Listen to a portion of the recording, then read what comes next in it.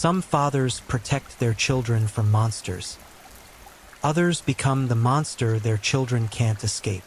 He wore a smile that fooled an entire town, but behind closed doors, that smile became a weapon sharper than any blade. Welcome to True Crime Headquarters, where every story is darker than the last, and the truth is colder than fiction. I'm so glad you're here, no matter where you're tuning in from. I see you, and you're part of this family. These stories are made for those who crave truth in the quiet hours. But without subscribing, liking, or commenting, they won't reach as far as they should. A simple like or comment helps the channel thrive, allowing me to share more untold truths. If these stories speak to you, take a moment to show your support. It means everything and keeps the truth alive. So, have you subscribed yet? I'm waiting.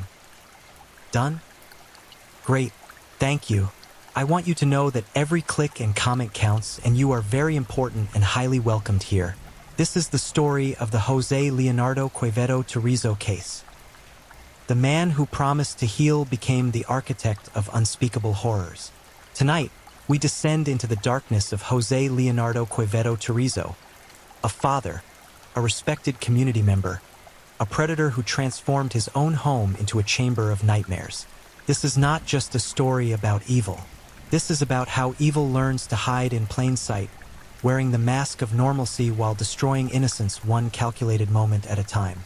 What you're about to hear will disturb you, challenge everything you thought you knew about the faces we trust, and reveal that sometimes the most dangerous predators are the ones sitting across from us at the dinner table. I know you love falling asleep to these stories, and tonight you're in for something truly chilling. We'll be exploring 4 haunting true crime cases, each one darker than the last. So, get cozy, unwind, and let the day melt away. But before you drift off, please don't forget to like, subscribe, share, and comment, and tell us where you're watching from and what time it is where you are. Now, close your eyes, take a deep breath, and let's begin. The streets of Barranquilla, Colombia carried their usual rhythm. Vendors calling out prices, children laughing on their way to school, neighbors exchanging pleasantries over fences painted in fading pastels. Life moved forward with that particular kind of organized chaos that defines coastal cities, where the Caribbean breeze mixed with the smell of fried fish and the constant hum of motorcycles weaving through traffic. Nobody was looking for evil. Nobody ever is when evil has learned to smile and wave and ask about your day. Jose Leonardo Quevedo Torizo understood this fundamental truth about human nature. We want to believe in goodness. We need to believe that the people in our lives, especially those closest to us, are exactly who they present themselves to be. He exploited this need with the precision of a surgeon and the cruelty of something far more sinister than any medical textbook could describe. To the outside world, Jose Leonardo appeared unremarkable in the most dangerous way possible. He blended in perfectly. He was a father, a neighbor, someone who might help you carry groceries or offer advice about fixing a leaky faucet. His voice carried that particular tone of casual authority that made people listen, made them trust, made them believe he had their best interests at heart. But voices lie, faces lie. The carefully constructed persona of a decent man can hide the soul of a demon. Inside his home, a different reality festered like a wound that would never heal. The walls that should have echoed with laughter and safety instead absorbed screams that nobody outside would ever hear. The doors that should have opened to comfort locked instead to trap the innocent. Every corner of that house held secrets so vile that even now, years after the truth emerged, the very address seems cursed by the atrocities committed within its boundaries. Jose Leonardo didn't just abuse his position as a father, he weaponized it. He took the natural trust that children place in their parents, that primal need for protection and love, and he twisted it into something monstrous. His daughter became his victim, and the systematic nature of his crimes reveals something far more terrifying than a moment of weakness or a single act of violence. This was calculated. This was deliberate. This was evil that woke up every morning and chose to inflict suffering. The abuse began when his daughter was just a child, her mind barely formed enough to understand the world around her. let alone comprehend the horror being inflicted upon her by the one person who should have been her protector above all others. Jose Leonardo didn't see a daughter when he looked at her. He saw an object. He saw something to be used, controlled, dominated. The specifics of what he did to her over the years are so disturbing that even the court documents describing his crimes read like something conjured from the darkest recesses of human depravity. He raped her, not once, not twice, repeatedly, systematically, turning childhood into a prolonged nightmare from which there was no waking. The Spanish legal term, acceso carnal violento, doesn't quite capture the full horror. Violent carnal access sounds clinical, distant, as if describing something that happened to someone else in some other place. But this was real. This was a little girl being destroyed piece by the person she called father. The psychological warfare Jose Leonardo waged was perhaps even more insidious than the physical abuse. He convinced his daughter that this was normal, that this was what fathers did, that she had no right to say no, that speaking about it would only bring more pain. He built a prison inside her mind more secure than any physical chains. He taught her that resistance was futile, that her voice didn't matter, that nobody would believe her even if she found the courage to speak. And he was almost right. The abuse continued for years. Years. Let that sink in for a moment. This wasn't discovered quickly. This wasn't stopped by vigilant neighbors or teachers who noticed something wrong. The horror unfolded day after day, month after month, year after year, behind the closed doors of a home that looked just like any other on the street. How many times did neighbors walk past that house without knowing? How many times did relatives visit and see nothing amiss? How many opportunities to save that child slipped through society's fingers because Jose Leonardo was so skilled at wearing his mask? But masks crack. Lies unravel. Even the most carefully constructed facade eventually crumbles under the weight of truth. The daughter grew older, and with age came a dangerous thing for Jose Leonardo: perspective. She began to understand that what was happening to her was not normal, not acceptable, not something she had to endure in silence. The prison he'd built in her mind developed its first cracks. She started to question. She started to remember that there might be a world outside this nightmare. A world where fathers didn't hurt their daughters, where home meant safety instead of terror. When she finally found the strength to speak, to tell someone what had been happening behind those closed doors, the response was not immediate belief or swift justice. Because that's not how these stories usually unfold. There were questions. There were doubts. There were people who couldn't reconcile the Jose Leonardo they knew, the neighbor, the community member, the father, with the monster being described. Cognitive dissonance makes people defensive. They want to believe it can't be true because if it's true, then they missed it. If it's true, then they failed to protect an innocent child. If it's true, then their ability to judge character is fundamentally flawed. But truth has a way of asserting itself regardless of how uncomfortable it makes people. The investigation began slowly at first, then gathered momentum as more evidence emerged.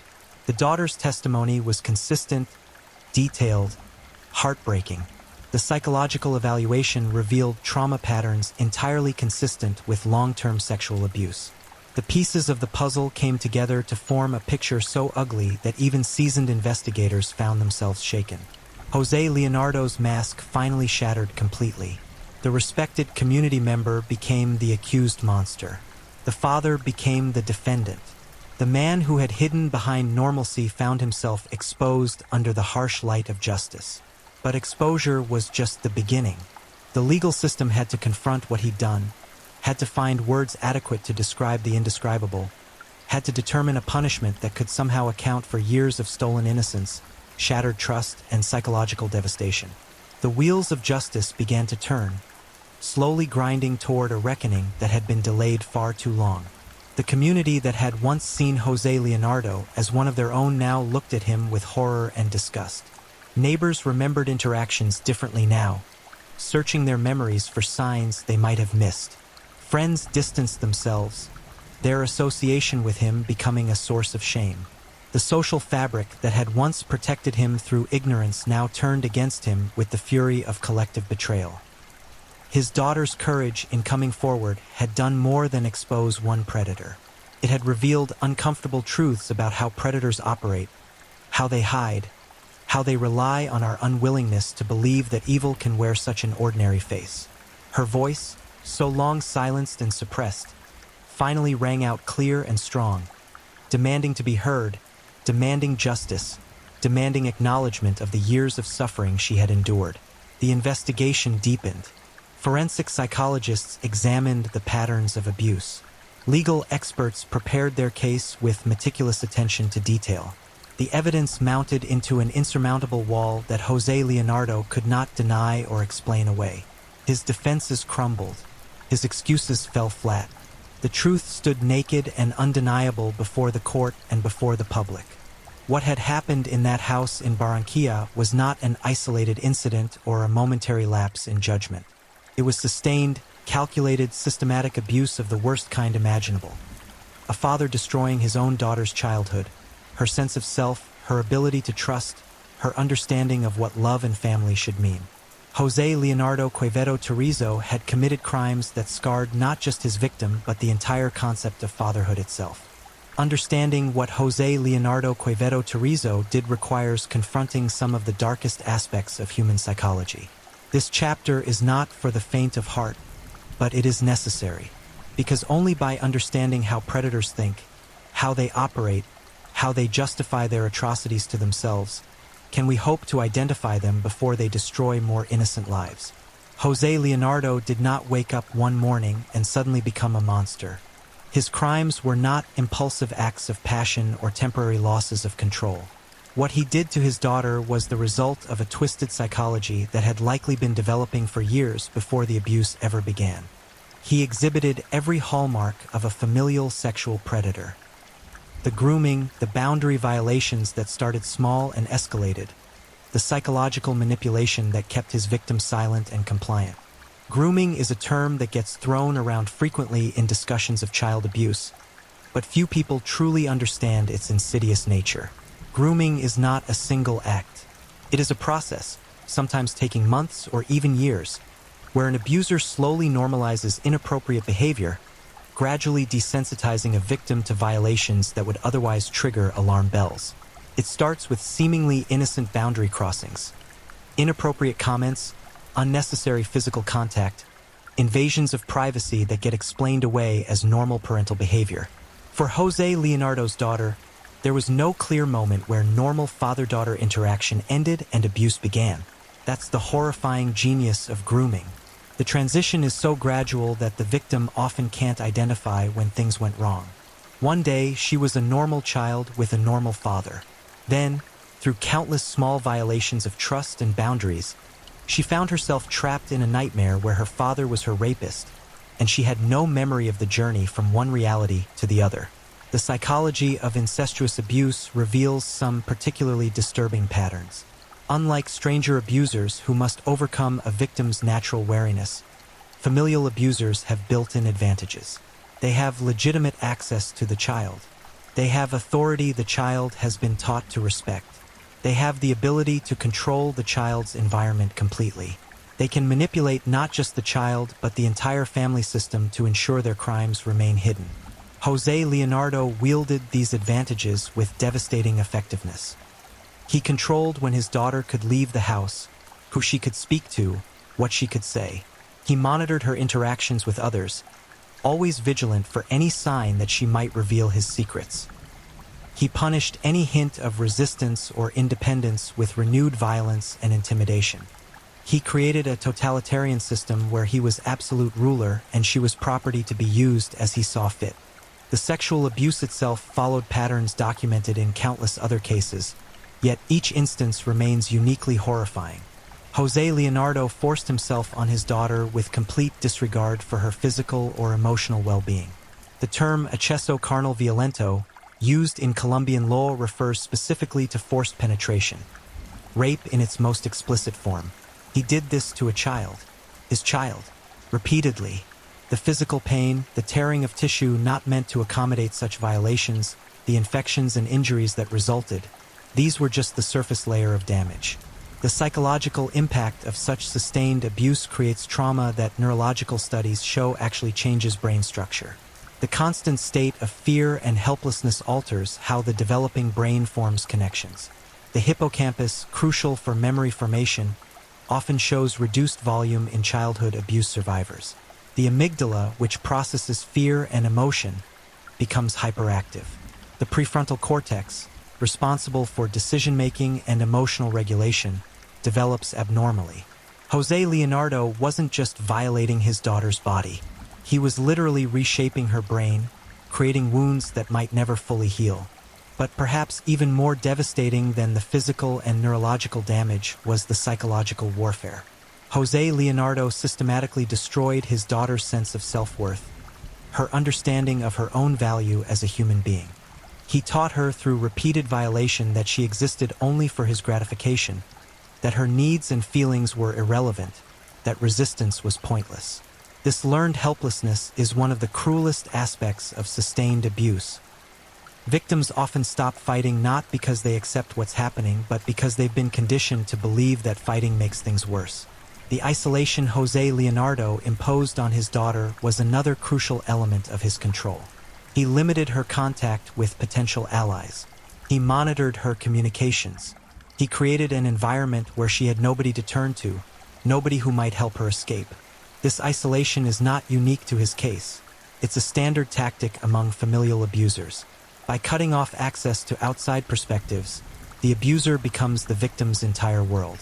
The victim loses the ability to compare their situation to normal family dynamics. They begin to believe that perhaps this is just how things are, how they've always been, how they'll always be.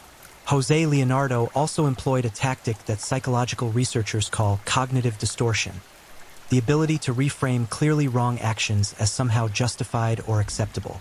In his twisted mind, he likely told himself stories about his actions. Perhaps he convinced himself that he was teaching his daughter something, or that she somehow wanted or needed what he was doing to her.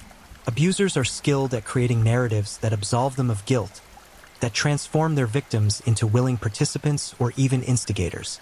These internal narratives are lies, but they're lies the abuser tells himself to avoid confronting the monster in the mirror. The duration of the abuse, years, not months, speaks to Jose Leonardo's skill at evading detection. Sustaining such a pattern of violence without discovery requires constant vigilance, careful planning, and manipulation of everyone in the abuser's orbit. He had to ensure that his daughter's teachers didn't notice behavioral changes that might trigger investigation. He had to maintain his facade of normalcy with neighbors and extended family. He had to anticipate and counter any threat to his secret world of horror. This brings us to an uncomfortable truth about child sexual abuse. It usually requires not just an abuser but a system that fails to protect. Where were the mandatory reporters who should have noticed signs? Where were the family members who might have seen something wrong? The answer is that they were there, but they didn't see, or they didn't want to see, or they saw and convinced themselves it was nothing.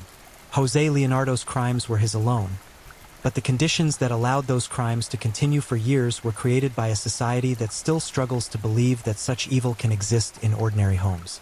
The evidence that eventually built against Jose Leonardo painted a picture of systematic predation.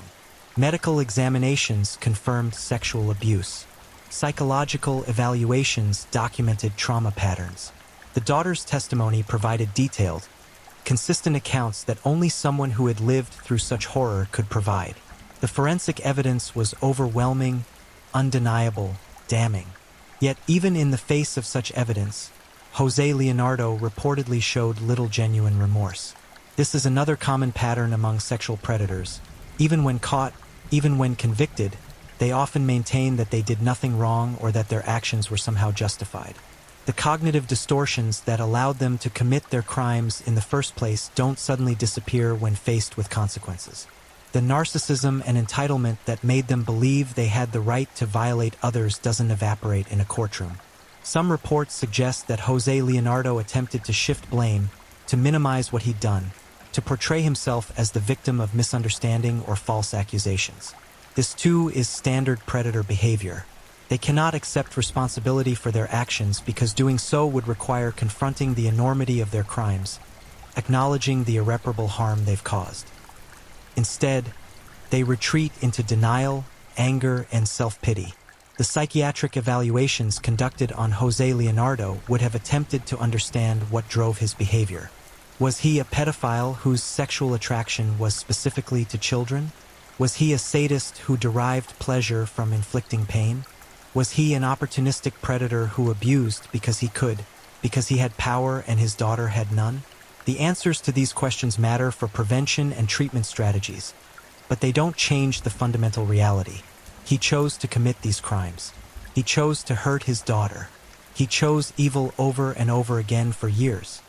Understanding predators like Jose Leonardo is not about excusing their behavior or generating sympathy. It's about recognizing the patterns so we can identify potential abusers before they claim more victims. It's about understanding that these monsters don't announce themselves. They look like us, talk like us, live among us. They count on our unwillingness to believe that someone we know could be capable of such atrocities. The anatomy of this particular evil reveals a man who valued his own gratification above everything else, above morality, above law, above the well-being of his own child. A man who built a prison of fear and maintained it through violence and psychological manipulation. A man who represents the darkest capabilities of human nature when empathy fails and selfishness becomes absolute. The Colombian justice system found itself facing a case that tested not just legal frameworks but fundamental human decency. Jose Leonardo Quevedo Torizo stood accused of crimes so heinous that even seasoned prosecutors found themselves struggling to maintain professional detachment. The evidence was overwhelming. The testimony was heartbreaking. The need for justice was absolute. The legal proceedings began with formal charges being filed in Barranquilla. Colombian law takes crimes against children seriously, particularly sexual violence. The charges against Jose Leonardo included acceso carnal violento con menor de 14 años, violent carnal access with a minor under 14 years old. This specific charge carries severe penalties under Colombian criminal code because it recognizes the particular vulnerability of young children and the enhanced culpability of adults who violate that vulnerability. But the legal language, however precise, cannot capture the full scope of what Jose Leonardo had done. The charges represented individual instances of rape, but the reality was years of sustained abuse. Each documented incident was just one piece of a larger mosaic of horror. The prosecution faced the challenge of presenting evidence that would convict while not overwhelming the court with unnecessary graphic details that would only compound the victim's trauma. The daughter's testimony became the cornerstone of the prosecution's case. She had to recount what had been done to her, had to relive the worst moments of her life in front of strangers, had to face her abuser across a courtroom. The courage required for this cannot be overstated. Victims of sexual abuse often describe testifying as a form of secondary trauma, being forced to expose their most painful experiences to public scrutiny while their abuser watches. Yet she did it. She sat in that witness stand and told her truth with a clarity and strength that left no doubt about what had happened. Her testimony was detailed without being exploitative, consistent across multiple tellings, and emotionally authentic in ways that false accusations never are. Trauma experts who evaluated her confirmed that her symptoms and behaviors were entirely consistent with someone who had survived prolonged sexual abuse. The defense faced a nearly impossible task. The evidence was simply too strong to refute directly. Instead, defense attorneys attempted to question the reliability of the victim's memory, to suggest that events might have been misunderstood or exaggerated, to create any reasonable doubt that might spare their client from conviction. These are standard defense strategies in sexual abuse cases, and they represent the adversarial nature of legal proceedings. Everyone deserves a defense, no matter how guilty they appear. But the prosecution methodically dismantled each defense argument. Medical evidence confirmed sexual abuse. Multiple expert witnesses testified about the behavioral and psychological patterns consistent with incest survivors. Character witnesses established that the daughter had no history of dishonesty or attention-seeking behavior. The timeline of disclosure, the daughter coming forward as a young adult, not as a young child, actually supported her credibility rather than undermining it. Research shows that many sexual abuse survivors delay disclosure for years due to shame, fear, and the manipulation tactics abusers use to ensure silence.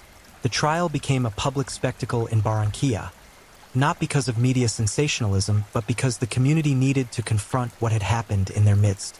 People who had known Jose Leonardo as a neighbor and community member struggled to reconcile the man they thought they knew with the monster revealed in testimony. Some maintained their disbelief even in the face of overwhelming evidence, a psychological defense mechanism that allows people to preserve their worldview when reality becomes too disturbing. Expert witnesses provided crucial context for understanding the dynamics of familial sexual abuse. Psychologists explained how grooming works, how abusers manipulate their victims into silence, how trauma affects memory and behavior. These explanations helped the court understand why the daughter hadn't immediately reported the abuse, why she might have continued to interact with her father in ways that seemed normal to outside observers, why her emotional responses might not match what people expect from abuse victims. The prosecution also established pattern evidence, showing that Jose Leonardo's behavior fit established profiles of familial sexual predators. The isolation he imposed on his daughter, the control he exerted over her life, the threats he made to ensure her silence, the escalation of abuse over time, all of these elements matched documented patterns in thousands of other cases. This wasn't about convicting him based on generalizations, but rather showing that his specific actions were consistent with known predator behavior. As the trial progressed, the weight of evidence became crushing. The defense's arguments grew weaker and more desperate. The prosecution's case grew stronger with each witness, each piece of evidence, each damning detail that emerged. The judge presiding over the case maintained order and ensured due process, but even judicial impartiality couldn't mask the gravity of what was being revealed. The moment of verdict came with tension that permeated the courtroom. The daughter waited to learn whether her courage in testifying would result in justice or whether her abuser might somehow escape consequences. The prosecution team sat with quiet confidence in their evidence, but also with the knowledge that courts sometimes fail victims. The defense knew their client's fate, but maintained their professional role to the end. Guilty. The word rang through the courtroom with the finality of a judge's gavel. Jose Leonardo Quevedo Torizo was found guilty of sexual abuse of a minor. The evidence had spoken. The testimony had been believed. The justice system, for once, had worked as it should, protecting the innocent and punishing the guilty. But conviction was only the first step. Sentencing would determine what consequences Jose Leonardo would actually face for his years of crimes. Colombian sentencing guidelines for sexual abuse of minors are severe, recognizing these crimes as among the most serious in the criminal code. The prosecution argued for maximum penalties, emphasizing the duration of abuse, the age of the victim when it began, the violation of the special trust relationship between father and daughter. The sentence came down with appropriate severity: 42 years in prison. 42 years. In Colombian context, this represented one of the harshest possible sentences, reserved for the most egregious crimes. The judge's remarks during sentencing left no ambiguity about the court's view of Jose Leonardo's actions: reprehensible, inexcusable, deserving of severe punishment. But even 42 years seemed inadequate when measured against the life sentence of trauma inflicted on the victim. No amount of prison time could restore her stolen childhood. No punishment could undo the psychological damage, the shattered trust, the years of suffering. Justice in these cases is always imperfect, always incomplete.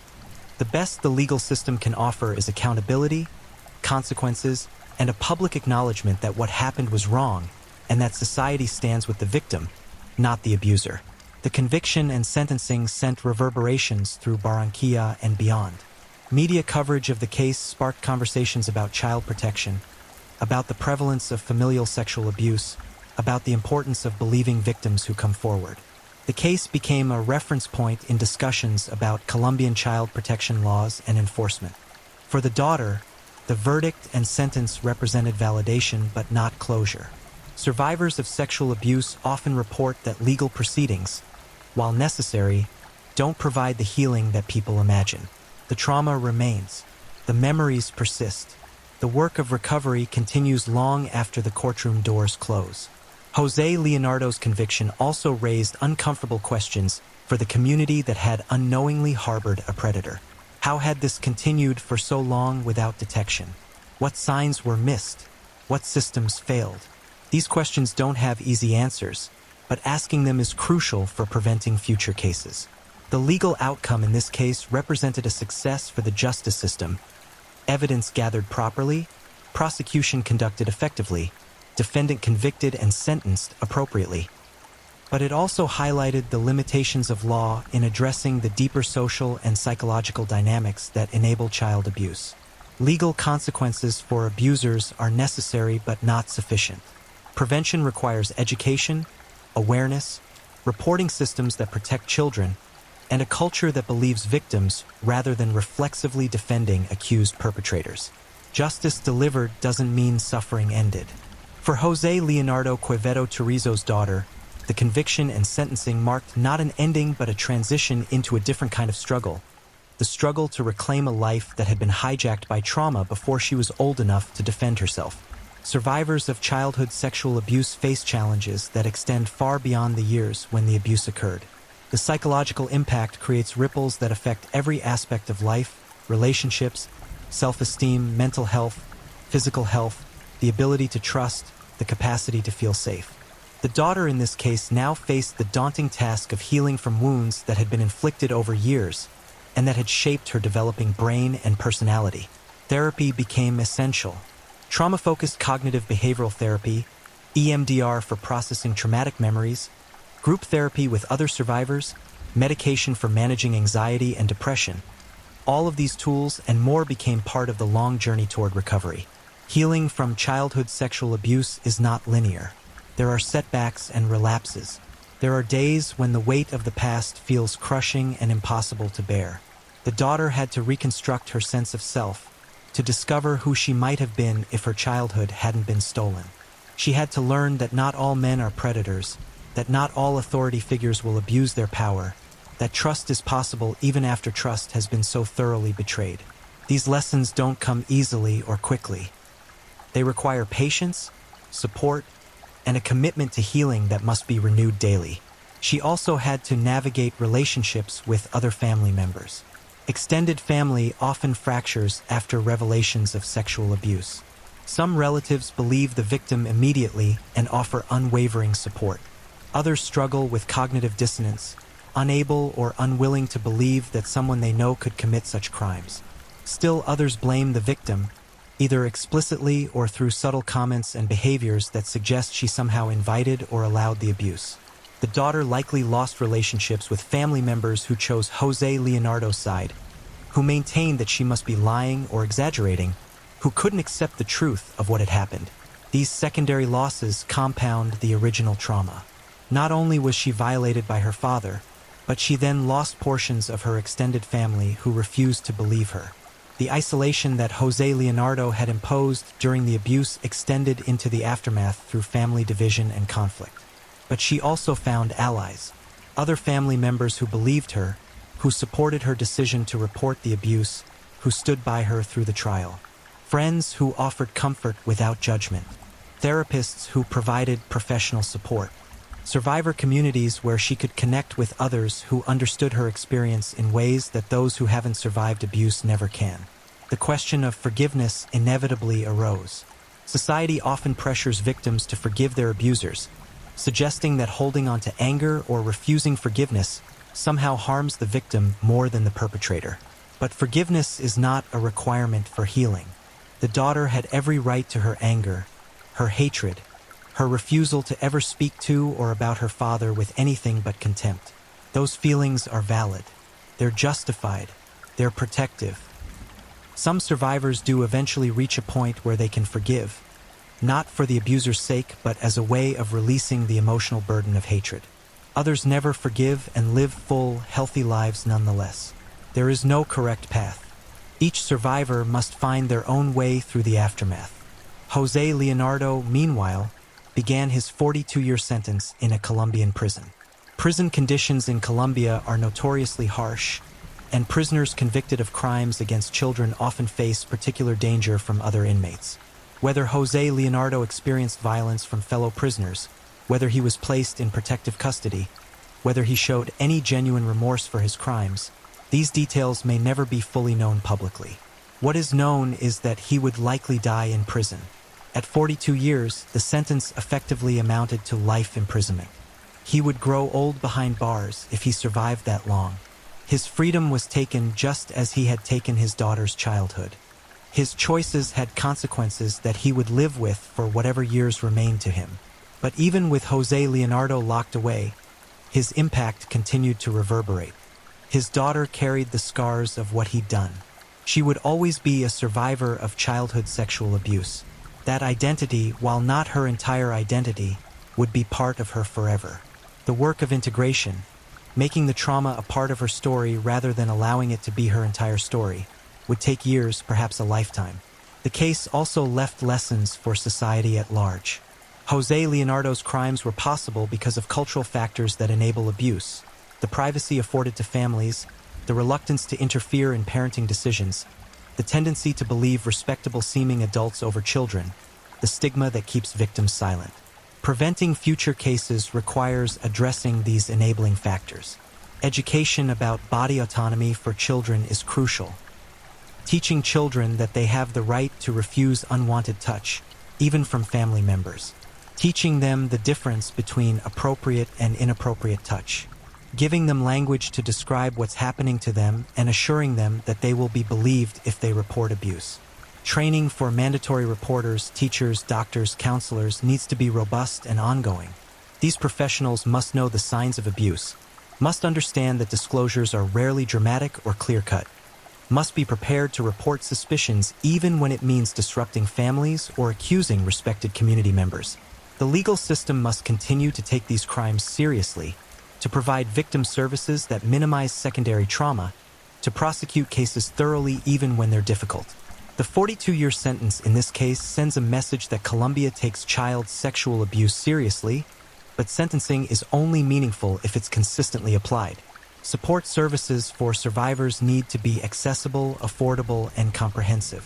Therapy shouldn't be a luxury that only wealthy survivors can afford. Support groups, legal advocacy, medical care for trauma-related health issues, all of these should be available to anyone who needs them. The case of Jose Leonardo Quevedo Torizo forces us to confront uncomfortable truths about the monsters among us.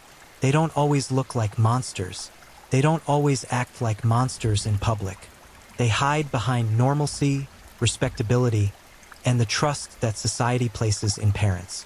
Recognizing this reality is disturbing but necessary. His daughter's courage in coming forward cannot be overstated. She broke the silence that had protected her abuser for years. She faced the trauma of testifying. She endured the scrutiny of the legal process.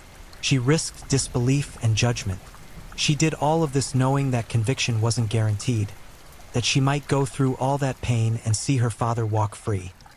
But she did it anyway, and because of her courage, Jose Leonardo faced consequences for his crimes. Because of her willingness to speak, other potential victims were protected from him. Because of her strength, other survivors might find the courage to come forward with their own stories. The aftermath of this case continues. The daughter continues her healing journey. The community continues to process what happened in their midst. The legal system continues to adjudicate similar cases using this one as precedent. The conversation about child protection continues to evolve. Jose Leonardo Quevedo Torizo will be remembered not for anything positive he contributed to the world, but for the evil he committed against his own daughter. His legacy is one of harm, of violated trust, of childhood destroyed. He represents the worst of human nature: selfishness elevated to evil, power used to harm rather than protect. But his daughter's legacy is different. She is a survivor who refused to remain silent. She is a fighter who pursued justice despite the personal cost. She is a beacon for others trapped in situations like hers, showing them that speaking up is possible, that being believed is possible, that escape and healing are possible. The final lesson of this case is perhaps the most important. Evil can be confronted and defeated. Not easily, not without cost, not without scars that remain forever. But predators can be stopped. Justice can be served. Survivors can heal. The darkness can be overcome by those brave enough to shine light into it. Tonight, we've explored the case of Jose Leonardo Quevedo Torizo, a monster who hid behind the mask of fatherhood, who committed unspeakable crimes against his own daughter, who was finally brought to justice through her courage and the diligent work of the legal system. His 42-year sentence stands as a testament to the severity of his crimes and society's commitment to protecting children. But more importantly, his daughter's survival and pursuit of justice stand as a testament to human resilience, to the possibility of healing even from the most profound trauma, to the power of truth over lies, and to the strength it takes to transform from victim to survivor to victor over the evil that tried to destroy her. Her story continues beyond the courtroom, beyond the sentencing, beyond this case. She carries forward into a future that Jose Leonardo tried to steal from her but ultimately could not. She reclaims her life piece by piece, day by day, and in doing so, she defeats him more completely than any prison sentence ever could. The monster has been caged, the survivor walks free, and justice, imperfect as it always is in cases like these, has been served. If you're new here, welcome to the channel, where we dive into true crime stories with calmness and respect. A special shout out to my amazing subscribers who've been with me from the start. Thank you for your incredible support. If you're still with me, drop a comment. Let me know where you're tuning in from and what time it is in your part of the world. Or just say hello so I know you're still here. And if you haven't already, make sure to like this video and hit subscribe so you won't miss any of our upcoming true crime stories perfect for winding down. Now, let's move on to our second story. Story 2, The Mutilator. They found the first one with his face carved away like unwanted meat. The alley doesn't remember screaming. It remembers silence. Thick, choking silence that settles over cobblestones when a predator finishes his work. Sydney, 1961. A city gleaming with post-war optimism, where harbor lights dance across black water and promises of prosperity echo through every street corner. But something else walks these streets after dark. Something that knows the precise angle required to separate a man from his humanity. William MacDonald doesn't just kill. He dismantles. He excavates. He removes faces, genitals, identities, leaving behind sculptures of meat that were once men, now rendered into cautionary tales written in blood and blade. They called him the Mutilator, though that name arrived far too late for the victims who discovered, in their final moments, that death would be the merciful part. This is the story of Australia's most savage serial killer, a man whose hands transformed human beings into anatomical horror shows, whose knife sang lullabies of agony through the empty spaces where hope used to live. For men, for altars of mutilation, one predator who understood that true terror isn't found in death. It's found in what remains after death has already left the building. William MacDonald arrived in this world carrying damage the way other children carry lunchboxes. Essential, expected, impossible to leave behind. Born in 1924 in Liverpool, England, the boy who would become the Mutilator spent his formative years collecting scars like other children collected marbles. His father's fist spoke a language more fluent than words ever managed, teaching young William that love and violence weren't opposites but siblings, twisted together like DNA spiraling into darkness. The MacDonald household existed as a theater of cruelty where the curtain never fell. His mother, drowning in her own helplessness, watched her husband brutalize their son with the detached interest of someone observing weather patterns. The boy learned early that bodies were negotiable, that flesh could be currency, that suffering was simply atmosphere, ever present, like humidity or hope's absence. At 16, something inside William fractured completely. Whether the break was audible or not, nobody recorded. What matters is this: the boy stopped being a boy. He became instead a collection of compulsions wrapped in human skin, a walking void that would spend decades trying to fill itself with other people's endings. He joined the British Army, perhaps seeking structure, perhaps seeking camouflage. The military provided both. It also provided knives and the institutional permission to view human bodies as objects requiring disassembly. But peacetime England offered limited outlets for William's growing appetites. In 1949, he immigrated to Australia, carrying his secrets across oceans the way other immigrants carried photographs. Hidden, precious, defining. Sydney embraced him with the indifferent cities reserved for single men with unremarkable faces and forgettable voices. He found work as a laborer, moving through construction sites and warehouses like smoke through screens, present but never quite substantial. William existed in Sydney's margins, renting rooms in boarding houses where landlords asked no questions because answers cost more than they were worth. He drank in pubs where men gathered to forget their days, sitting alone at corner tables, watching humanity perform its endless rituals of connection while he remained forever separate, forever observing through glass he couldn't break. The years between 1949 and 1961 stretch before us like a dark hallway where the lights have been systematically unscrewed. What happened during those years? What did William do in that decade of silence? Did he practice? Did he experiment on animals, on prostitutes whose disappearances generated no headlines, on vagrants whose absences went unrecorded? The historical record offers nothing. But murderers like William MacDonald don't emerge fully formed. They evolve, they rehearse, they perfect their terrible craft in shadows before stepping into the spotlight their crimes eventually provide. What we know is this: by 1961, William MacDonald had transformed himself into something purpose-built for atrocity. He was 57 years old, invisible in the way middle-aged single men become invisible in cities that worship youth and partnership. He worked as a laborer, his hands thick with calluses that would later provide the strength necessary for his work. He drank, but never to excess. Control mattered more than escape.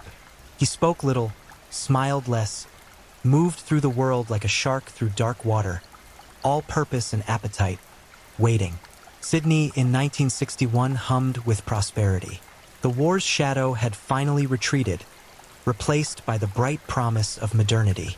The city expanded outward and upward, construction cranes punctuating the skyline like steel exclamation points declaring Australia's arrival on the world stage. Harbor ferries carried commuters between shores. Families gathered in parks. Children fed bread to ducks while their parents discussed mortgages and vacation plans. But cities have layers. Surfaces gleam while depths rot.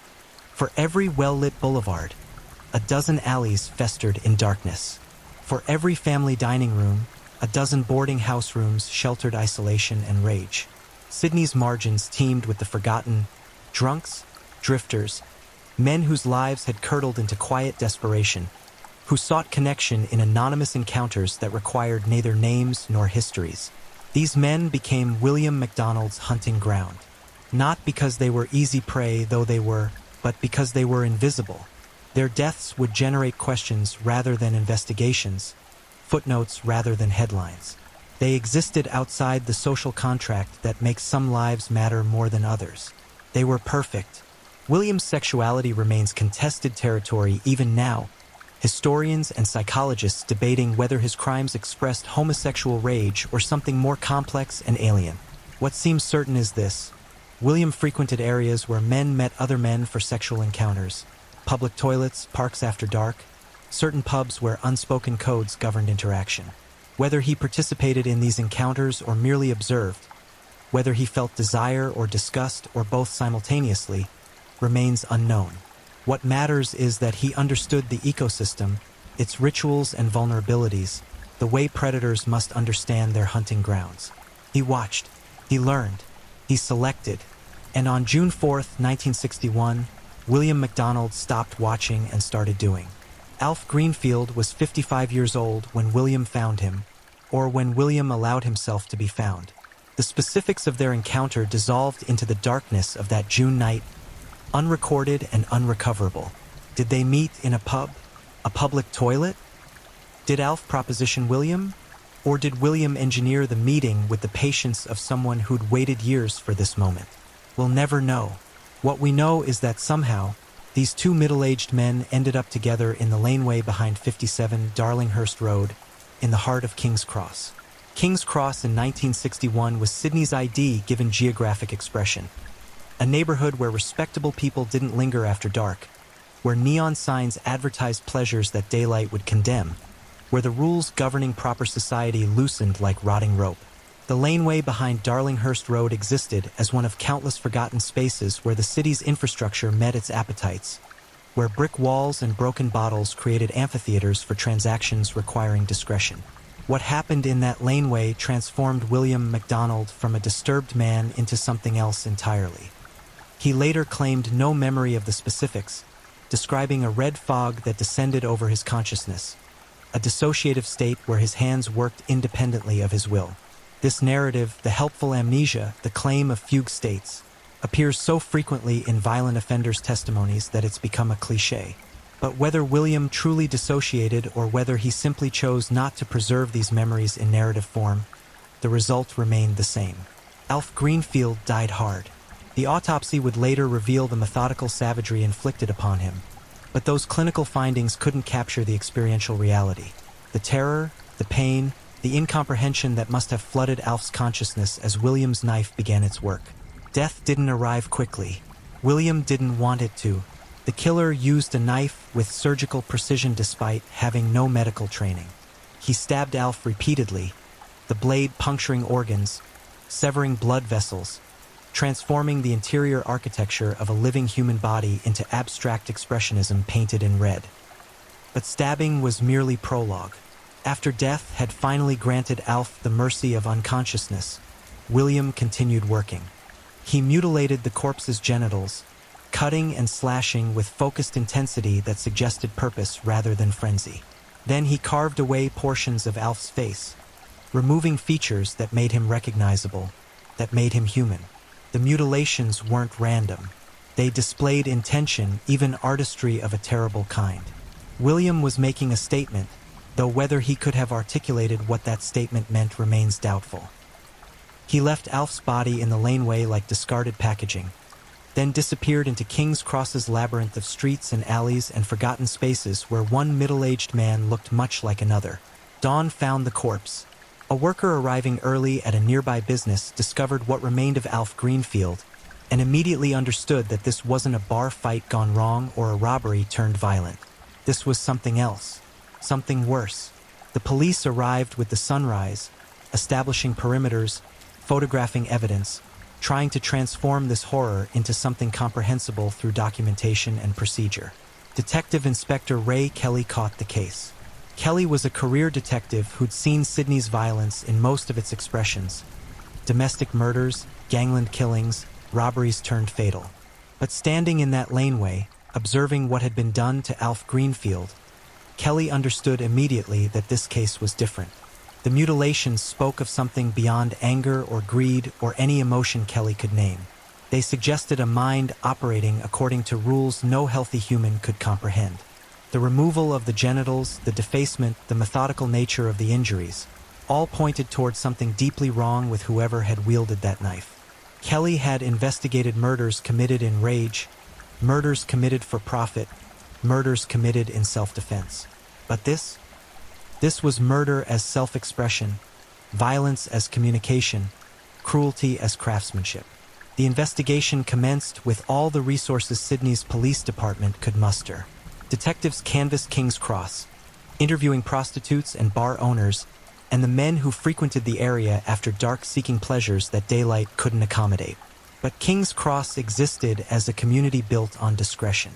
People who lived and worked there understood that cooperation with police threatened their livelihoods, their relationships, sometimes their safety. Information arrived slowly, reluctantly, often deliberately misleading. Meanwhile, William MacDonald walked free. He returned to his boarding house room, cleaned his knife, washed blood from his clothing. Did he feel satisfaction? Relief? Guilt? We can only speculate.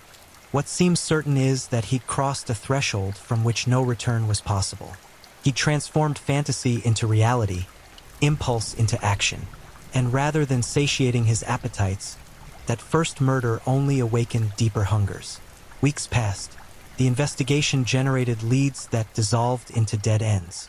Alf Greenfield's murder remained unsolved, relegated to the pile of cases that would haunt Kelly's career, mysteries that would outlast the detectives assigned to solve them. Sydney moved on because cities always move on, their attention spans measured in news cycles rather than tragedies. But William wasn't finished. He'd tasted something in that laneway, something he needed to taste again. The specifics of his psychological compulsions remained debated. Did he hate these men? Or did he hate himself? Or did hate even factor into motivations more complex than emotion could capture? What matters is this: William would kill again. The only questions were when and who would be next. November 1961. Sydney had endured a summer that stretched into autumn without offering relief, heat pressing down on the city like an unwanted hand, making people irritable and careless. Ernest William Cobbin was 64 years old, a pensioner whose life had narrowed into the routines old men adopt when the world no longer requires their participation. Morning walks, afternoon beers, early bedtimes dictated by habit rather than exhaustion. Ernest existed on society's periphery, not homeless but not quite homed either, drifting between boarding houses and park benches and the company of men similarly unmoored from conventional life. He was unremarkable in every way that society measures remarkability. Nobody depended on him. Nobody waited for his calls. If he disappeared, the absence would generate inconvenience rather than tragedy. Unpaid rent, an unclaimed room, forms requiring completion by bureaucrats who'd never met him and never would, which made Ernest perfect for William MacDonald's purposes. They met on November 12, 1961. The specifics again dissolve into the darkness where these encounters always occurred, leaving us with only the aftermath to examine like archaeologists studying ruins without knowledge of the civilization that built them. What seems probable is that their meeting was staged rather than accidental. William had refined his approach, understanding now how to position himself where vulnerable men gathered, how to offer whatever they sought, how to become temporarily whatever they needed. Did Ernest feel grateful that someone wanted his company? Did he recognize danger but ignore it because loneliness outweighed caution? Or did William's ordinariness provide perfect camouflage, his unremarkable face and forgettable manner making him seem safe in ways that beautiful or charismatic people never seem safe? We'll never know what Ernest thought in those final hours of his life, what hopes or fears or simple human needs led him to accompany William MacDonald to a park near Balmain. The park provided privacy without complete isolation, a calculated choice that demonstrated William's evolving sophistication as a predator. Too remote, and he'd risk discovery during the act itself. Too public, and intervention became probable. But a park after dark offered the perfect balance. Close enough to civilization that his presence there seemed unremarkable, remote enough that screaming would dissolve into night without summoning help. What William did to Ernest Cobbin exceeded what he'd done to Alf Greenfield. Serial killers often escalate, each murder becoming more elaborate, more violent, more expressive of whatever internal landscape drives their compulsions. William followed this pattern. The stabbing was more frenzied, the mutilations more extensive. He didn't just remove Ernest's genitals.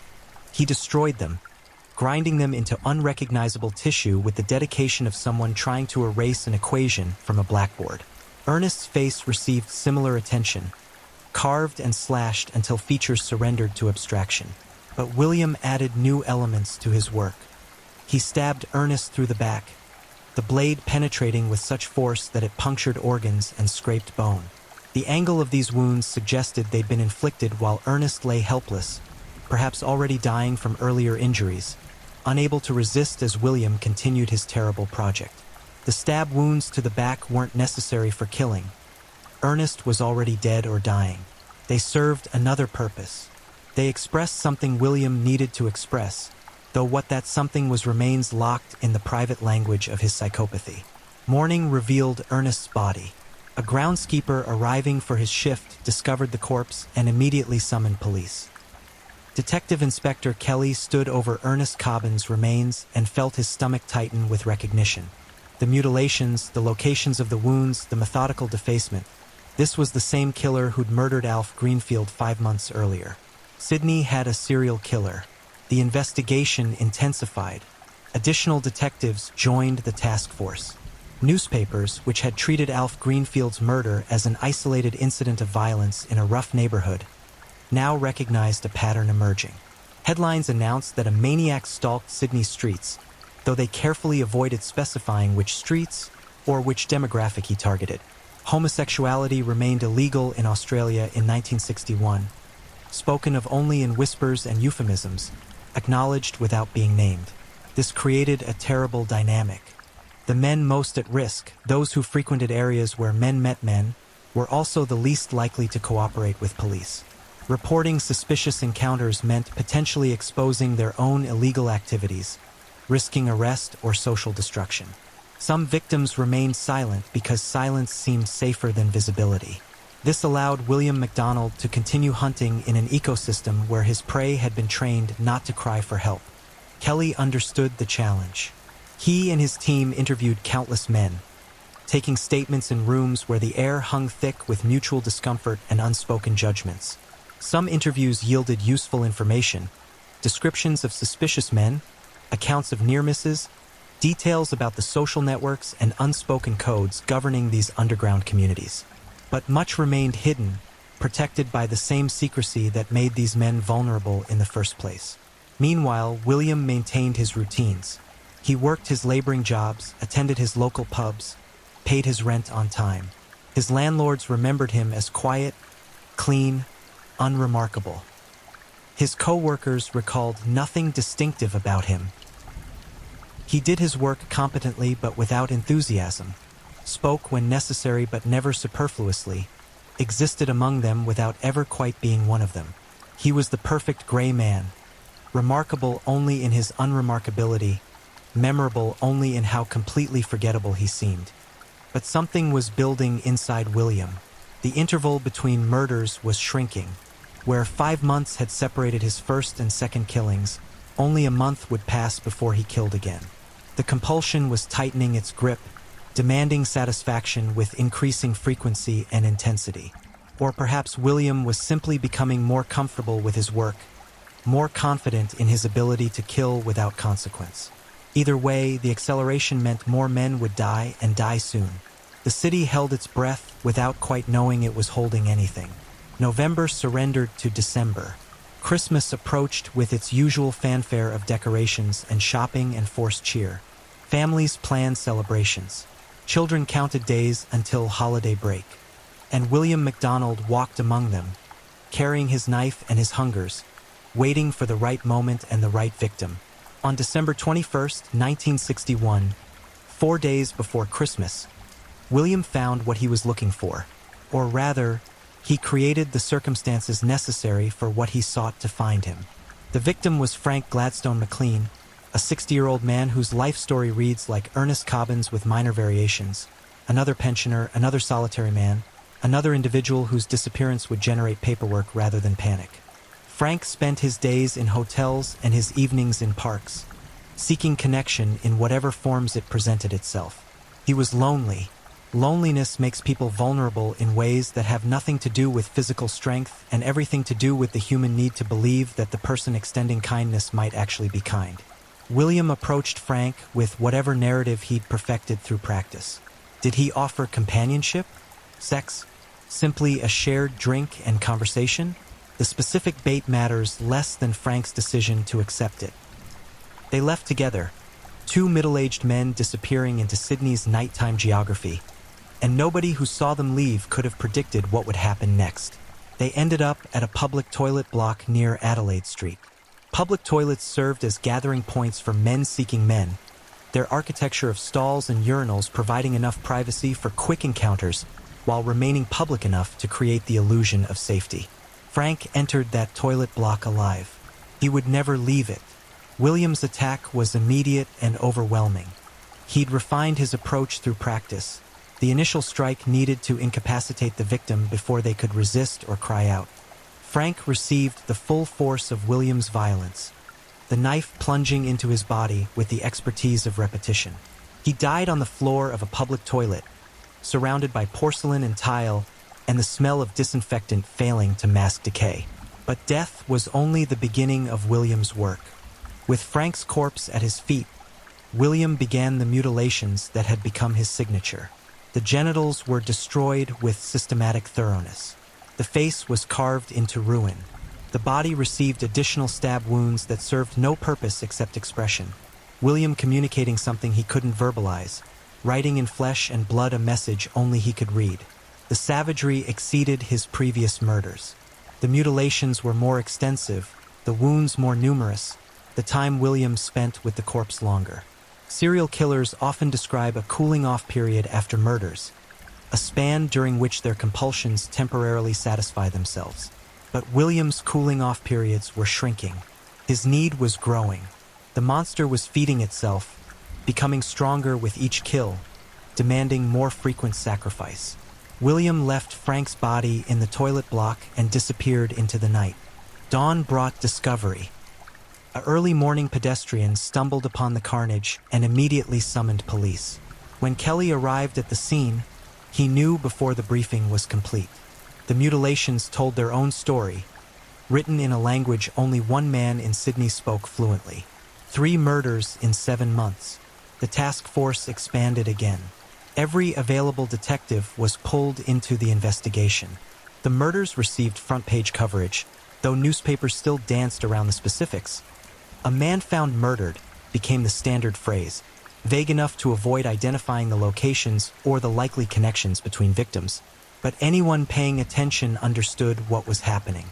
Anyone who frequented those spaces where men met men knew they were being hunted. Fear settled over Sydney's underground gay community like fog over the harbor. Men who'd previously sought connection now avoided it. Public toilets that had served as meeting places emptied. Parks cleared after dark. The ecosystem William had exploited began adapting to his predation, though whether that adaptation would arrive in time to save lives remained uncertain. Kelly and his team worked exhaustively, following leads that multiplied faster than they could investigate them. Tips flooded in: suspicious men, unusual behavior, confessions from attention seekers claiming credit for murders they hadn't committed. Each lead required investigation, consuming hours that could have been spent elsewhere, but ignoring any lead might mean missing the one that mattered. William MacDonald killed James Alfred Hackett on April 6, 1962.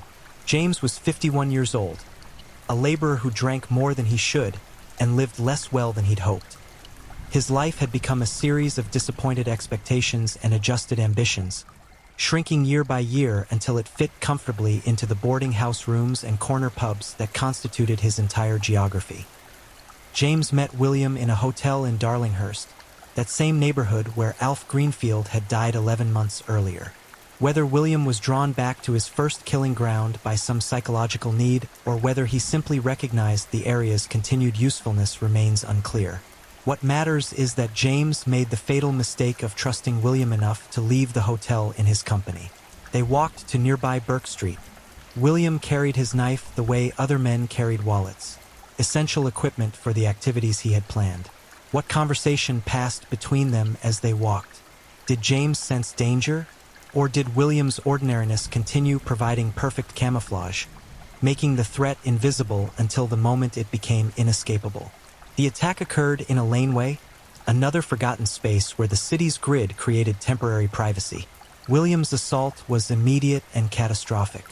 The knife entered James's body repeatedly, each thrust puncturing organs, severing vessels, transforming the biological machinery that sustained life into dysfunctional wreckage. James died relatively quickly. William had perfected his technique, understanding now which wounds killed efficiently and which prolonged suffering. But efficiency in killing didn't translate to brevity in mutilation.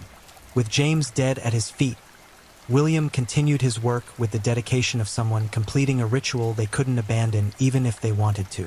The genitals were destroyed so thoroughly that the autopsy report struggled to describe what remained.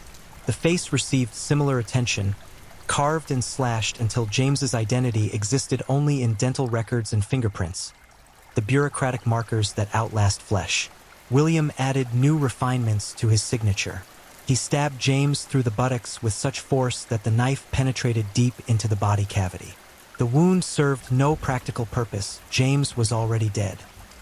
But it expressed something William needed to express, some rage or revulsion or complex psychological need that demanded this specific violation. The act wasn't about killing.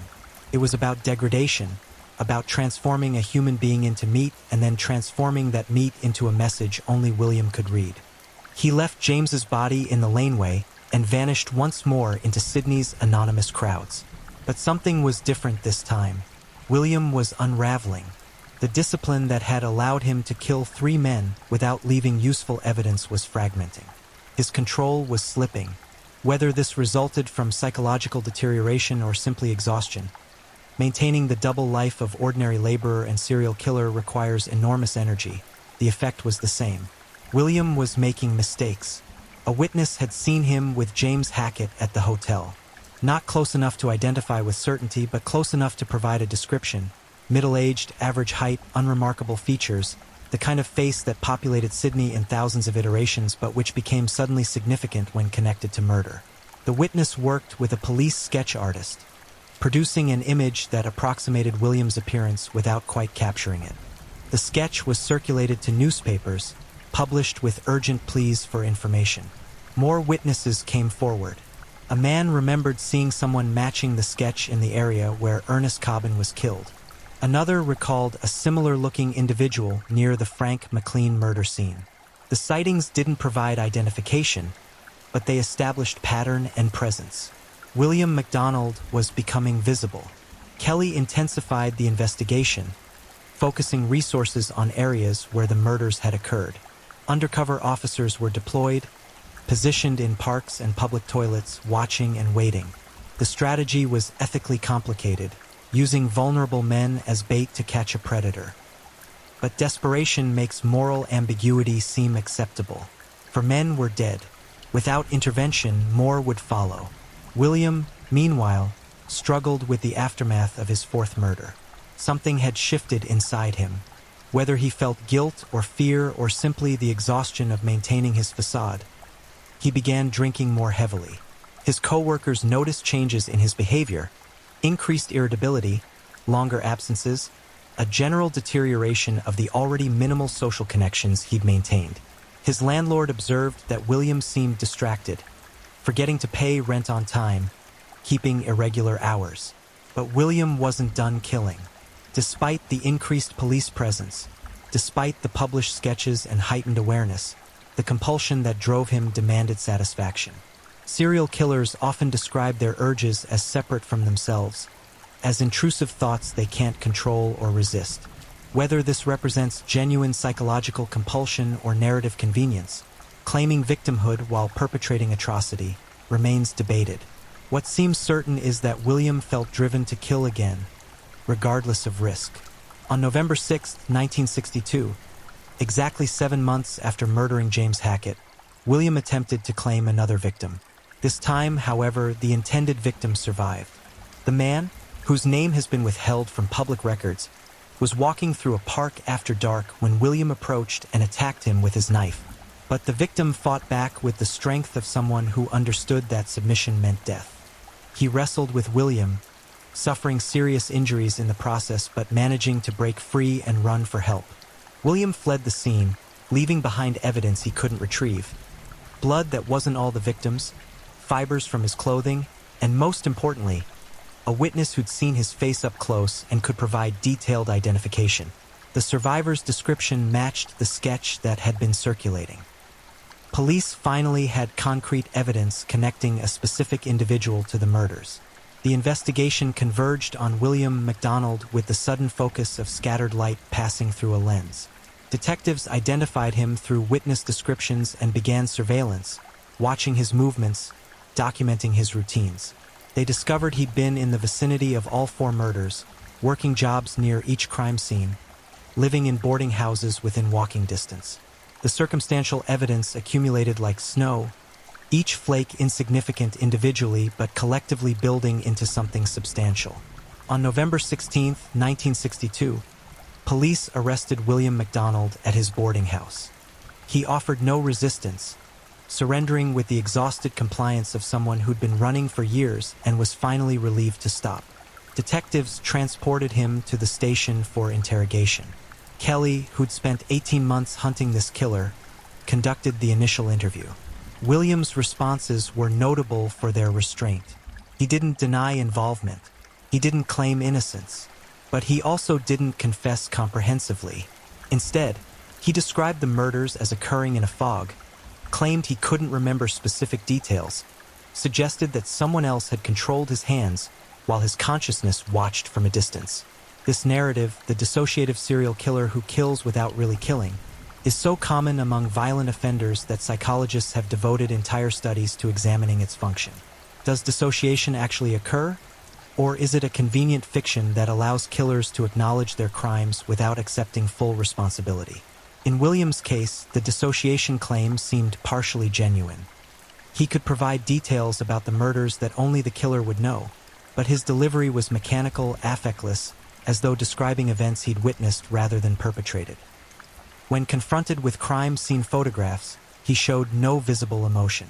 When asked why he mutilated his victims' genitals and faces, he couldn't provide explanation beyond vague references to compulsions he didn't understand. Psychiatrists evaluated William extensively. Their conclusions painted a portrait of profound psychological damage, childhood trauma that had never healed, rage that had calcified into permanent personality structure, sexual confusion that manifested as violence rather than identity. But none of this explained the specifics of his crimes. Plenty of people endure terrible childhoods without becoming serial killers. Plenty of people struggle with sexuality without mutilating strangers. William's psychology was damaged, certainly, but that damage doesn't fully account for the particular horrors he chose to inflict. The trial commenced in 1963.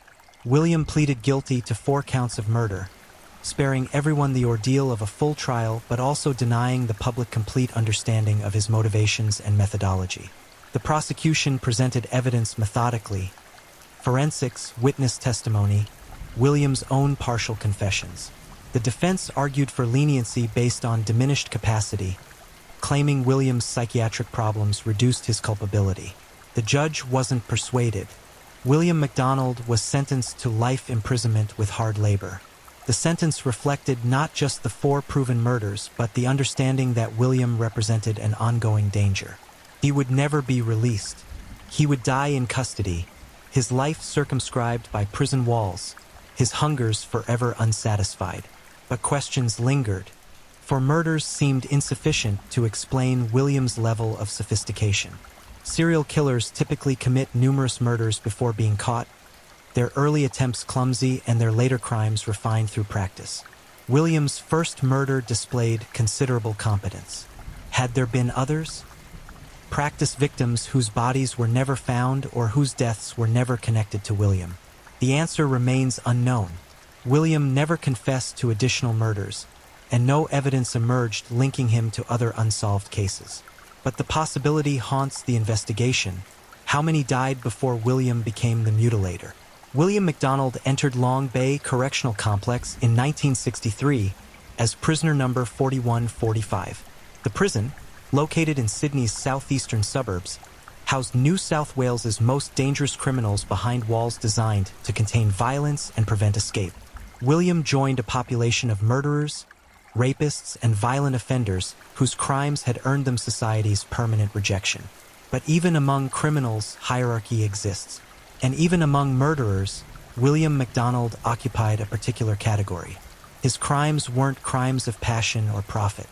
They were something else: methodical, sexual, degrading in ways that suggested a mind operating according to rules nobody else could comprehend. Other prisoners gave him wide berth, not from fear but from instinctive revulsion. Whatever William was, he wasn't like them. He was other. William adapted to prison life with the same gray efficiency he'd applied to civilian existence. He worked when assigned work. He ate when food was provided. He slept in his cell and woke when bells rang. But he remained fundamentally alone, separated from other inmates not by walls but by the unbridgeable distance between his internal landscape and anything recognizable as human. Prison psychiatrists continued evaluating him, hoping to understand the psychological architecture that had produced such specific atrocities. William participated in these sessions with mechanical compliance, answering questions without evident emotion, describing his childhood traumas and adult compulsions in the flat tones of someone reciting weather reports. But understanding never arrived. The more psychiatrists learned about William's history and psychology, the less they understood about why he'd chosen to express his damage through genital mutilation and facial disfigurement. Some psychiatrists concluded that William's attacks represented rage against his father, displaced onto vulnerable men who reminded him of his childhood abuser. Others argued that the mutilations expressed sexual confusion, William destroying in others the organs whose function in himself remained conflicted. Still others suggested that the murders were about control, William, who'd been powerless throughout his childhood, finally wielding absolute power over other human beings, reducing them to meat he could shape according to his will. All these interpretations possessed explanatory power. None fully explained the specifics of William's crimes. Why the face? Why such thorough destruction of the genitals? Why the additional stab wounds that served no functional purpose? Serial killers often follow patterns that make sense only within the private logic of their psychopathology. External observers can speculate, but complete understanding remains impossible because the fundamental premises are so alien to healthy psychology. William rarely discussed the murders voluntarily. When asked directly, he retreated into his familiar narrative of dissociation and compulsion, claiming not to remember details, suggesting that he'd been controlled by forces beyond his consciousness. But occasionally, in unguarded moments, other motivations surfaced. Once, according to psychiatric notes, William mentioned that his victims needed to be taught. What lesson he believed he was teaching remained unclear. Another time, he described the mutilations as cleaning, though cleaning what, and from what contamination, he couldn't or wouldn't explain. The one consistent theme in William's limited self-reflection was rage. Not the hot rage of momentary anger, but cold rage that had fossilized into permanent character structure. William was angry at his father, certainly, but he was also angry at his mother for her failure to protect him. Angry at the army for teaching him violence without purpose. Angry at Australia for its vast indifference. Angry at the men he killed for reasons he couldn't articulate. Perhaps angry at himself most of all, though he never quite admitted this. The victims' families struggled with their own attempts at understanding. Alf Greenfield's sister gave a newspaper interview in 1964, describing her brother as gentle and kind, someone who'd never harmed anyone and didn't deserve what happened to him. She expressed bewilderment at the mutilations. Why wasn't killing enough? What additional psychological need required such degradation?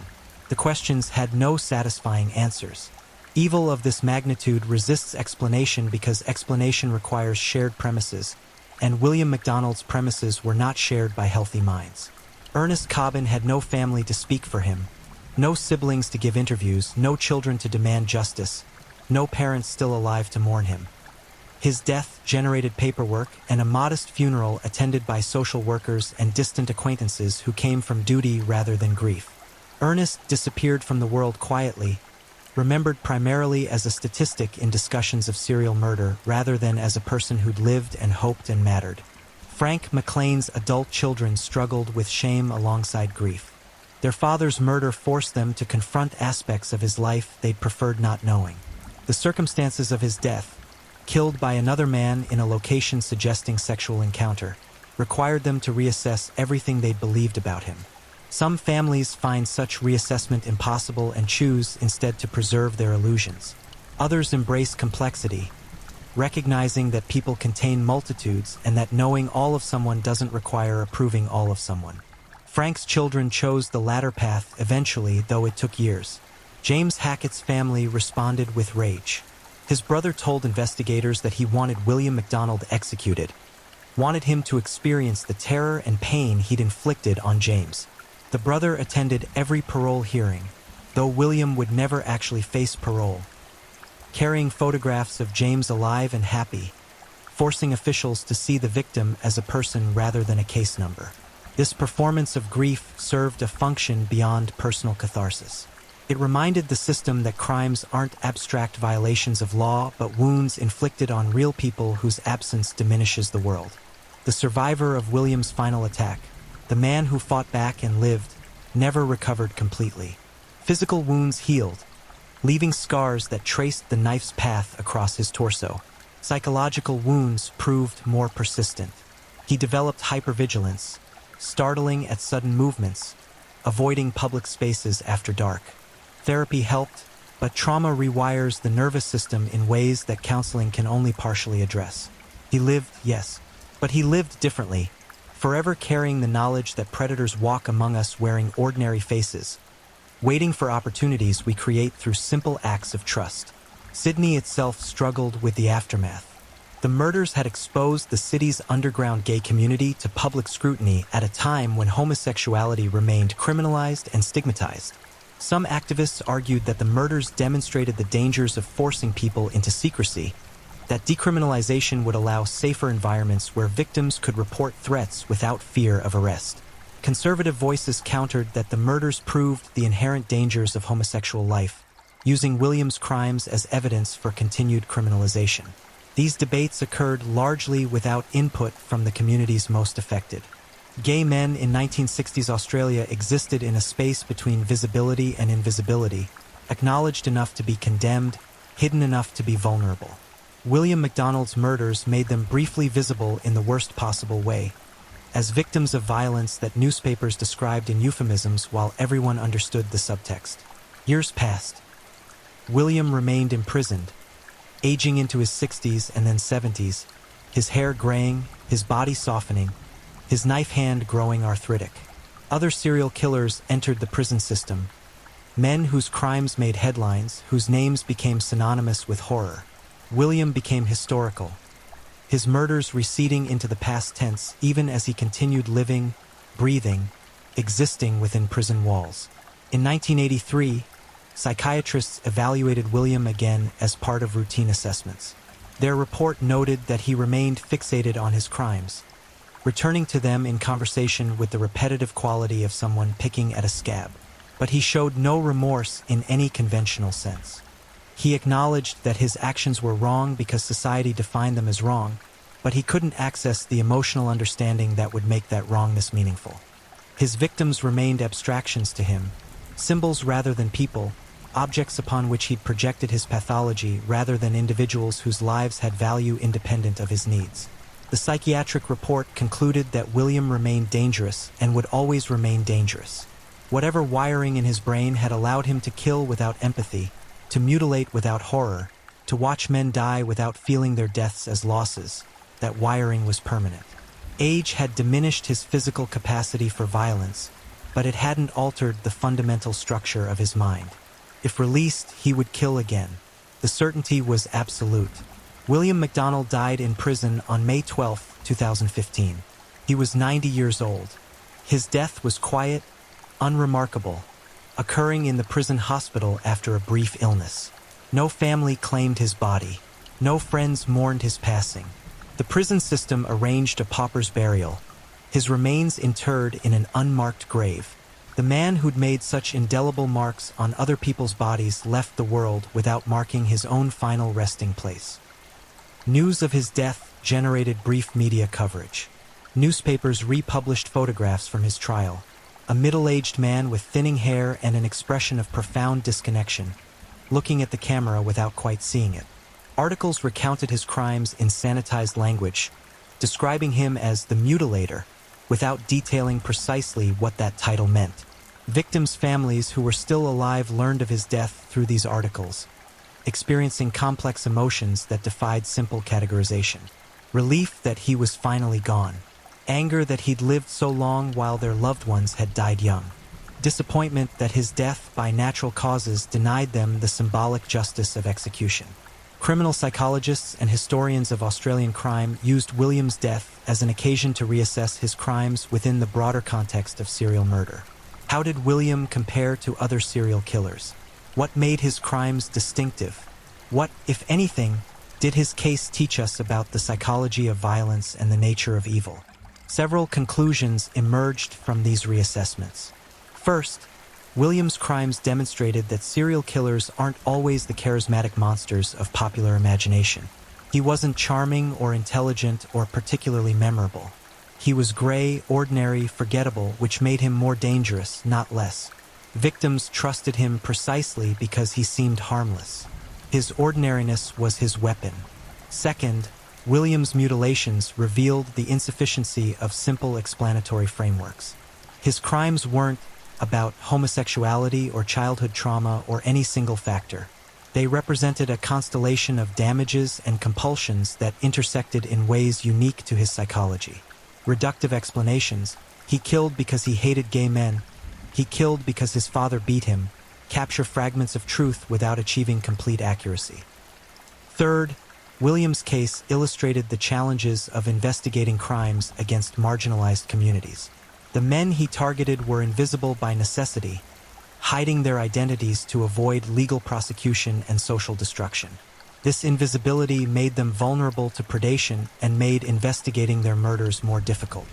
The dynamic persists today in different forms.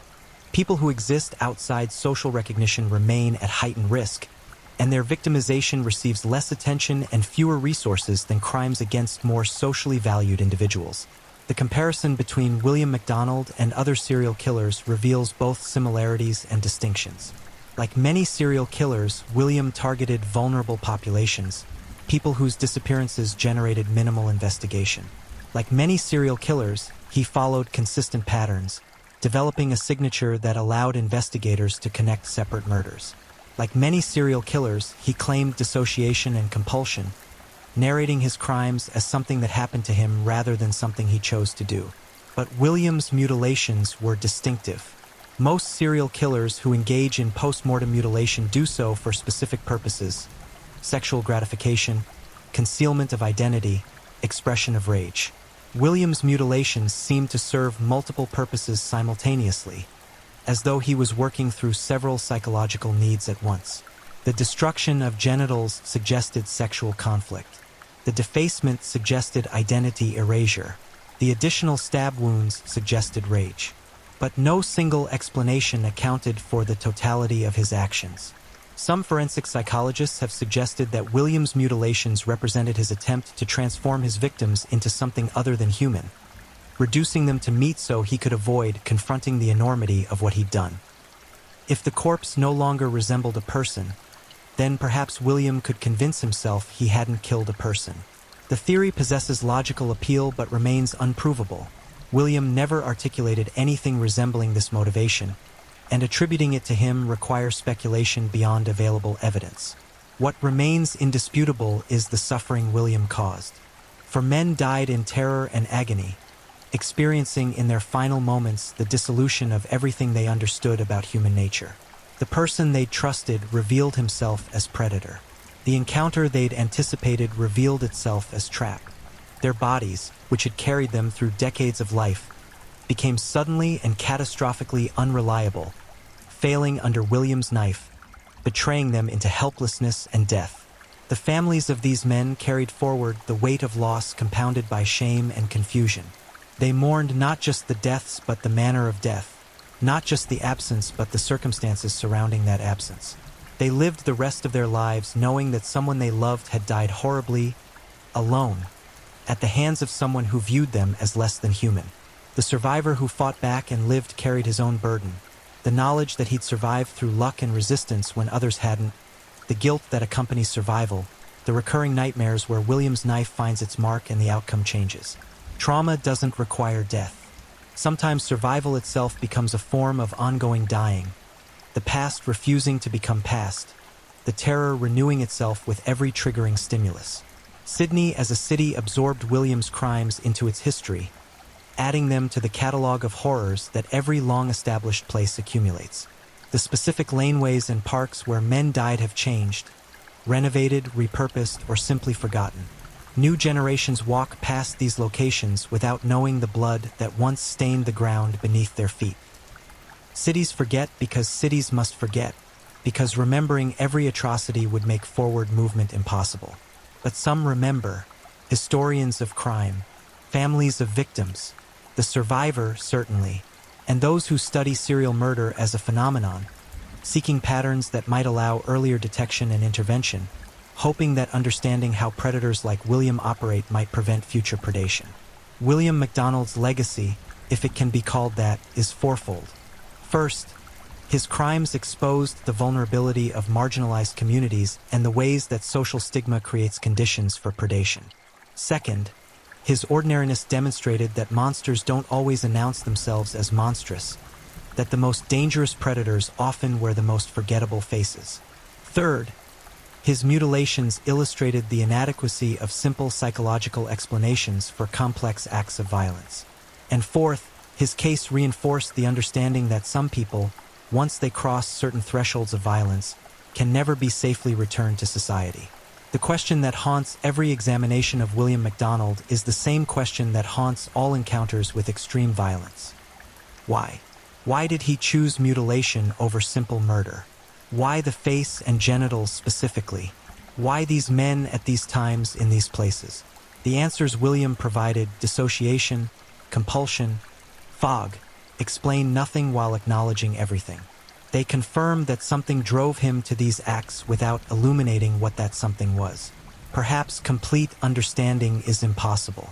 Perhaps the psychology that produces William MacDonald's operates according to logic so fundamentally alien to healthy minds that translation fails. We can identify contributing factors: childhood abuse, social isolation, possible sexual confusion. We can note patterns, the escalation, the signatures, the targeting of vulnerable populations.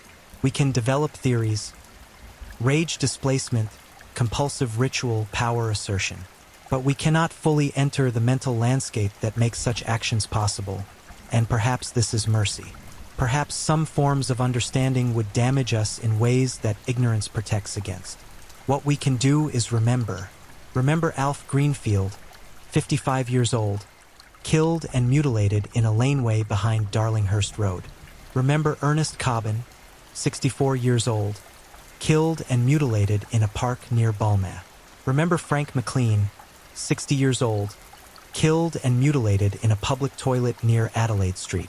Remember James Hackett, 51 years old, killed and mutilated in a laneway off Burke Street. Remember that these were people, not statistics. Remember that they lived and hoped and mattered. Remember that their deaths diminished the world in ways that William's subsequent imprisonment could never balance.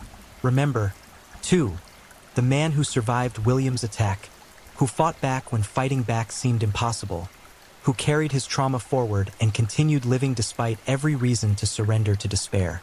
His survival represents resistance against the nihilism William's crimes suggest, the idea that predators inevitably win, that violence is destiny, that some people are simply meant to be victims. He refused that narrative through the simple act of continued existence. William MacDonald died at 90, having lived more than twice as long as the average age of his victims. The mathematics of this injustice resist rationalization.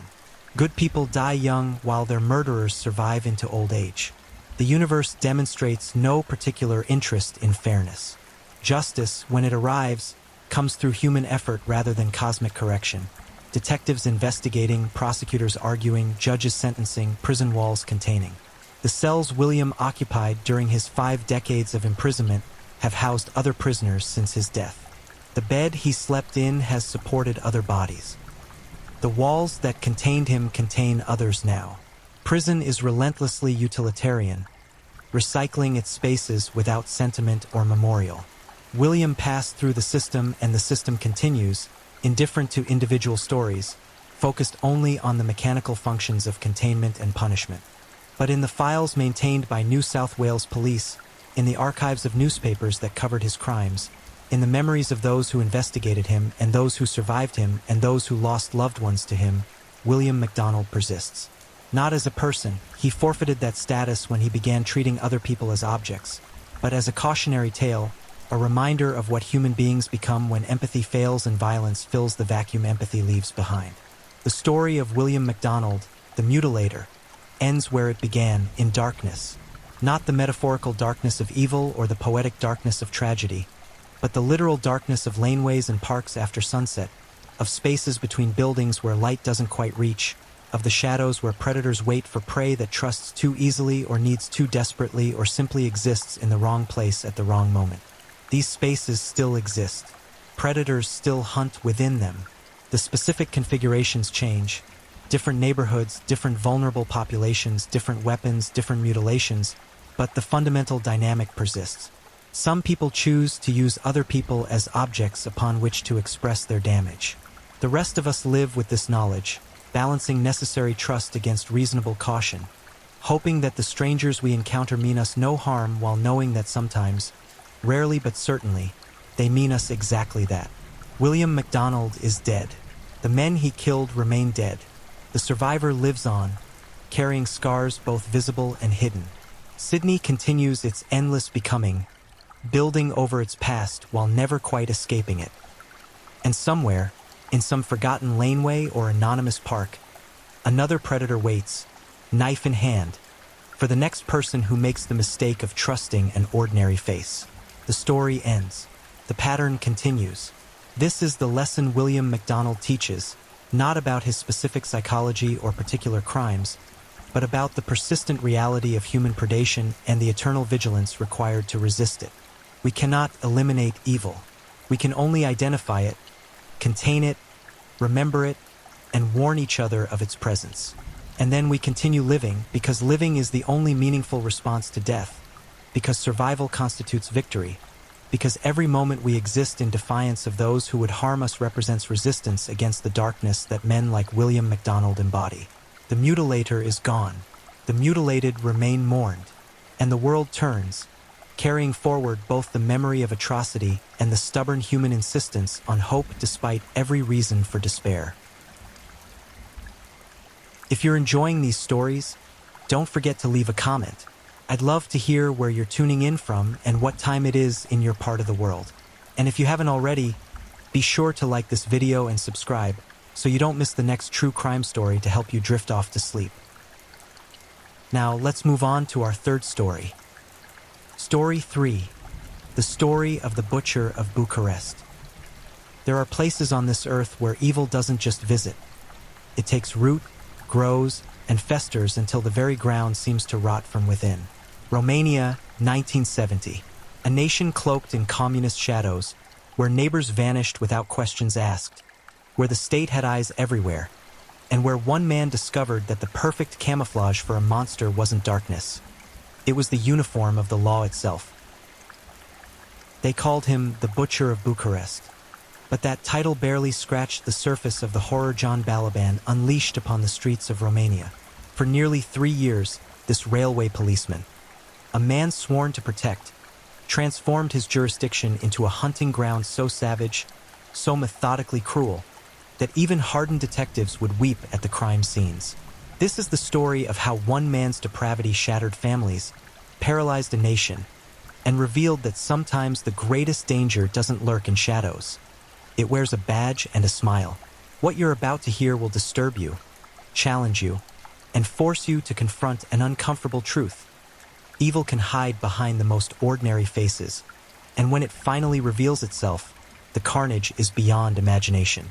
The winter of 1970 descended upon Bucharest like a funeral shroud, heavy and oppressive, carrying with it winds that seemed to whisper warnings nobody wanted to hear.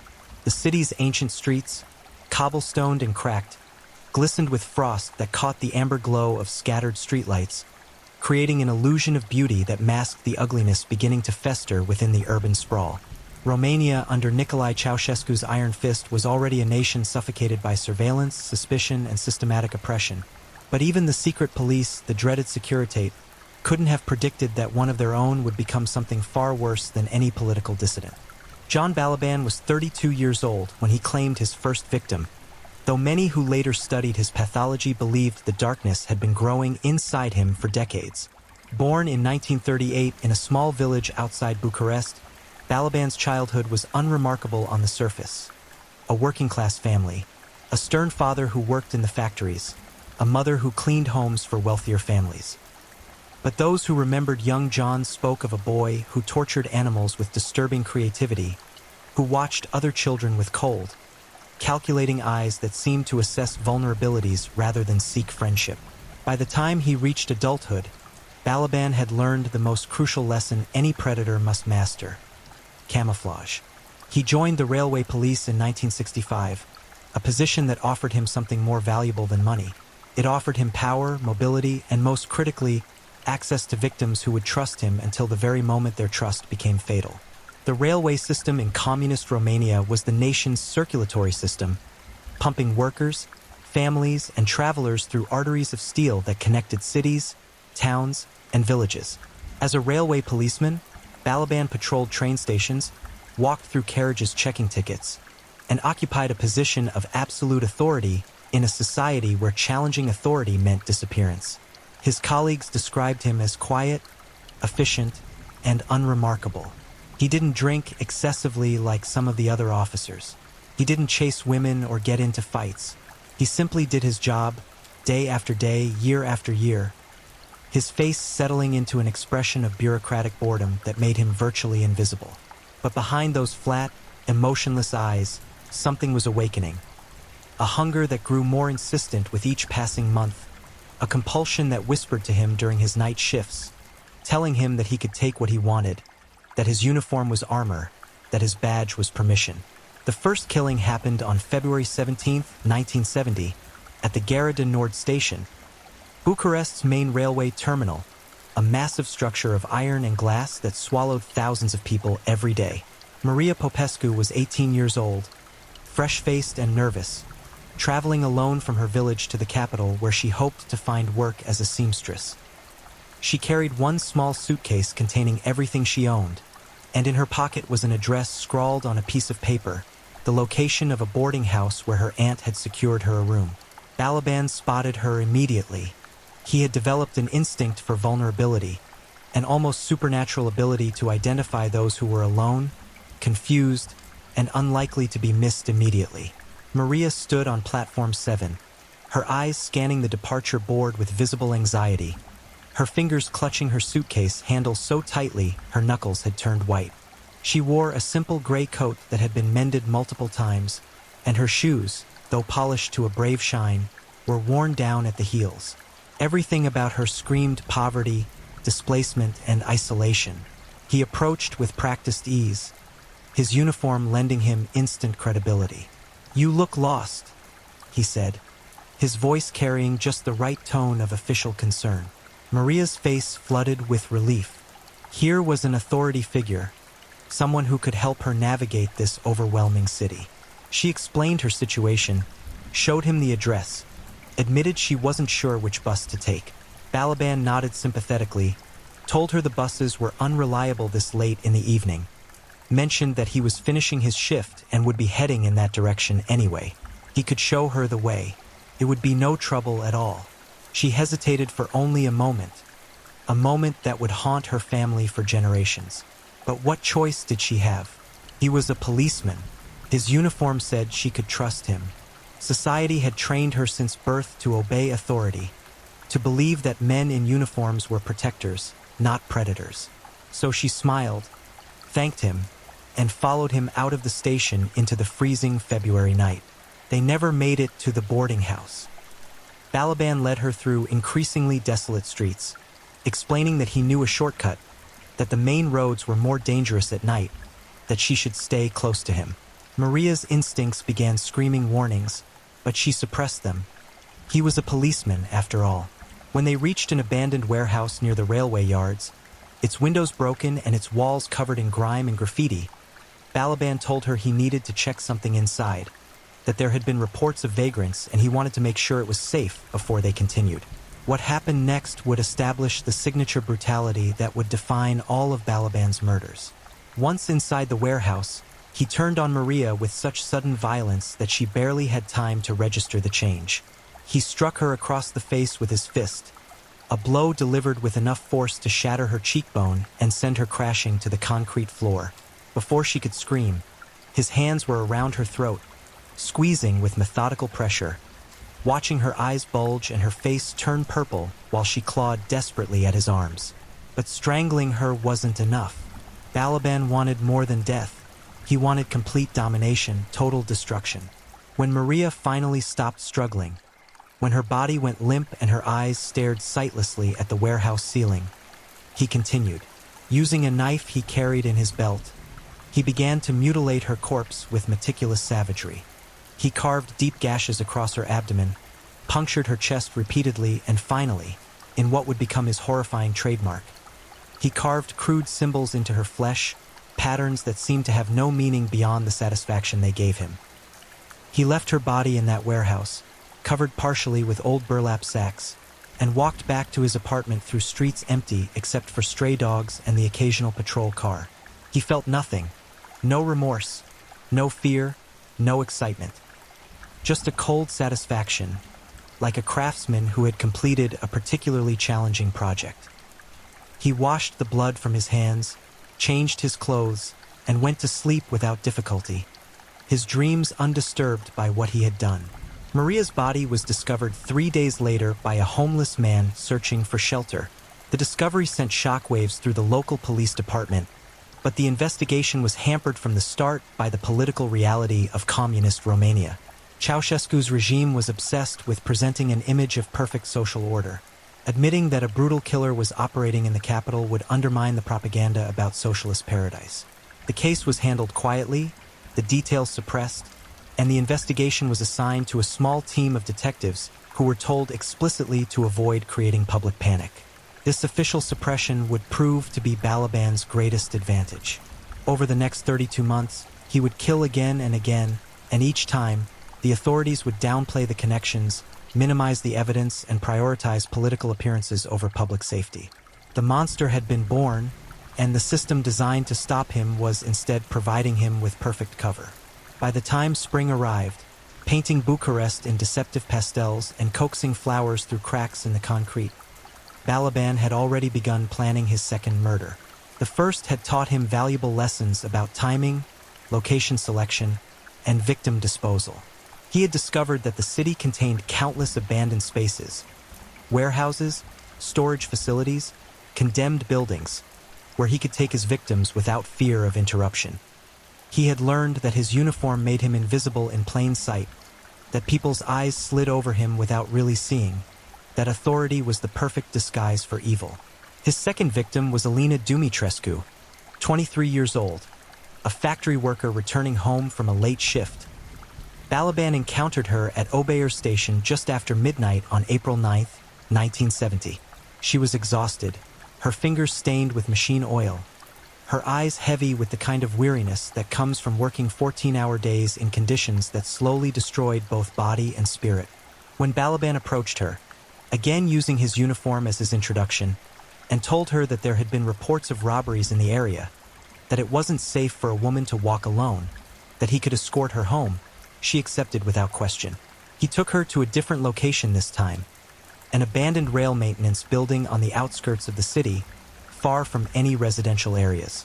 The building still smelled of oil and rust, its interior filled with broken equipment and tools left to corrode when the facility had been deemed too old for modernization. Once inside, Balaban's transformation was instantaneous and terrifying. He became something other than human, something driven by compulsions that overrode every normal human inhibition. Alina's murder was even more brutal than Maria's. Balaban seemed to be refining his technique, experimenting with different methods of inflicting pain and terror. He beat her systematically, using his fists, his boots, and pieces of metal piping he found in the building. He strangled her to the point of unconsciousness multiple times, then revived her, seemingly enjoying the cycle of hope and despair that played across her face. When he finally killed her, using a combination of strangulation and repeated stab wounds, he had been torturing her for more than 2 hours. Again, he mutilated the corpse extensively, his knife work becoming more elaborate, more deliberate. He removed her eyes, carved deep channels across her torso, and arranged her body in a degrading position that seemed designed to rob her of dignity even in death. When he finally left, locking the building behind him and pocketing the key, he felt that same cold satisfaction, that sense of completion that nothing else in his life provided. Alina's body wasn't discovered for almost 2 weeks, by which time decomposition and animals had destroyed much of the evidence. The investigation was again muted, the details suppressed, the connection to Maria's murder quietly noted but not publicly acknowledged. Detectives working the case began to realize they were dealing with a serial killer, but their superiors insisted on discretion, on avoiding panic, on maintaining the illusion of perfect social order that the regime demanded. Balaban, meanwhile, had discovered his true calling. The hunger that had whispered to him before was now screaming, demanding to be fed with increasing frequency. The careful, calculated man who had waited months between his first 2 killings could not wait that long again. The monster was fully awake now, and its appetite was insatiable. The summer of 1970 transformed Bucharest into an urban furnace, the heat radiating off concrete and asphalt in shimmering waves that distorted the horizon and made the entire city feel like a fever dream. It was during this sweltering season that John Balaban's killing accelerated, his compulsion overriding the caution that had initially governed his actions. Where months had passed between his first murders, now weeks, and sometimes only days, separated his attacks. The railway stations of Bucharest became hunting grounds, and Balaban moved through them like a shark through bloodied waters, selecting targets with increasingly refined criteria and increasingly brutal methods. His third victim was Elena Constantinescu, a 19-year-old student traveling to visit her grandmother in Ploiești. She made the fatal mistake of accepting his offer to help her navigate the complex connection between lines at the Basarab station. Her body was found in an abandoned switching station, bound with railway wire in positions that spoke of prolonged torture, her face so severely beaten that identification required dental records. The medical examiner's report, which was immediately classified, noted 37 separate stab wounds, defensive injuries on her hands and arms that indicated she had fought desperately for her life, and evidence that she had been kept alive for hours while Balaban methodically destroyed her. Victim 4 came barely 10 days later. Gabriela Ionescu, 26, married with a young daughter, worked as a cleaning woman at one of the major stations. Balaban had observed her for weeks, learning her patterns, noting that she always worked the late shift alone, that she took a specific route through maintenance corridors when finishing for the night. When he cornered her in a supply closet at 3 in the morning, her screams were swallowed by the sound of idling trains and the general nighttime cacophony of a busy station. He strangled her with her own cleaning rags, then spent another hour desecrating her body, his knife carving patterns that seemed to be becoming more elaborate, more personal, as if each murder was a canvas on which he was painting increasingly complex expressions of his inner darkness. The pattern was now undeniable, yet the official response remained paralyzed by political considerations. Detective Inspector Vasile Nastase, the lead investigator assigned to what was now obviously a series of connected murders, found himself fighting not just a killer, but an entire system determined to suppress the truth. When he requested resources to increase patrols at railway stations, he was told the budget didn't allow it. When he suggested public warnings, he was reprimanded for spreading panic. When he compiled evidence demonstrating that all victims had last been seen speaking with a railway police officer, his superiors buried the report and warned him about making accusations against fellow law enforcement. Nastase was a man in his late 40s, weathered by decades of police work under a regime that valued political loyalty over justice. But something about these murders had awakened a determination in him that bordered on obsession. He began working unofficial hours, conducting his own surveillance of railway stations, interviewing witnesses whom official reports had dismissed as unreliable. He created a massive chart in his apartment, away from prying eyes at headquarters, mapping every murder, every victim's last known movements, every potential witness account. The pattern that emerged pointed inexorably toward someone with intimate knowledge of the railway system, someone with authority, someone who could move freely without attracting suspicion. But identifying a pattern wasn't the same as identifying the killer. The railway police force employed hundreds of officers across Bucharest alone. Without official support, without the ability to conduct formal investigations or surveillance of his colleagues, Nastase found himself trapped between knowledge and proof. Meanwhile, Balaban continued killing. August brought victims 5 and 6 in quick succession.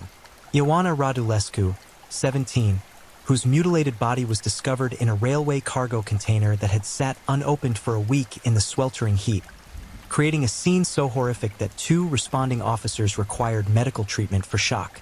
Then Mihaela Stanciu, 28, a ticket clerk who had filed a complaint about a railway policeman making her uncomfortable. A complaint that had been dismissed and filed away, her name now added to a growing list of women whom the system had failed to protect. The murders were becoming more theatrical, more grotesque. Balaban was no longer simply killing. He was creating tableaus of violence, arranging bodies in positions that seemed designed to maximize the horror of discovery, mutilating his victims with increasing creativity. Medical examiners found evidence that he was keeping some victims alive for extended periods, that the torture was becoming more elaborate, that he was experimenting with different methods of inflicting pain. September marked a turning point. Victim 7 was Adriana Popa, but she was different from the others. She was the daughter of a mid-level Communist Party official, someone with enough influence to demand real action. When her body was found, arranged in particularly degrading fashion in an abandoned signal house, the political calculus suddenly changed.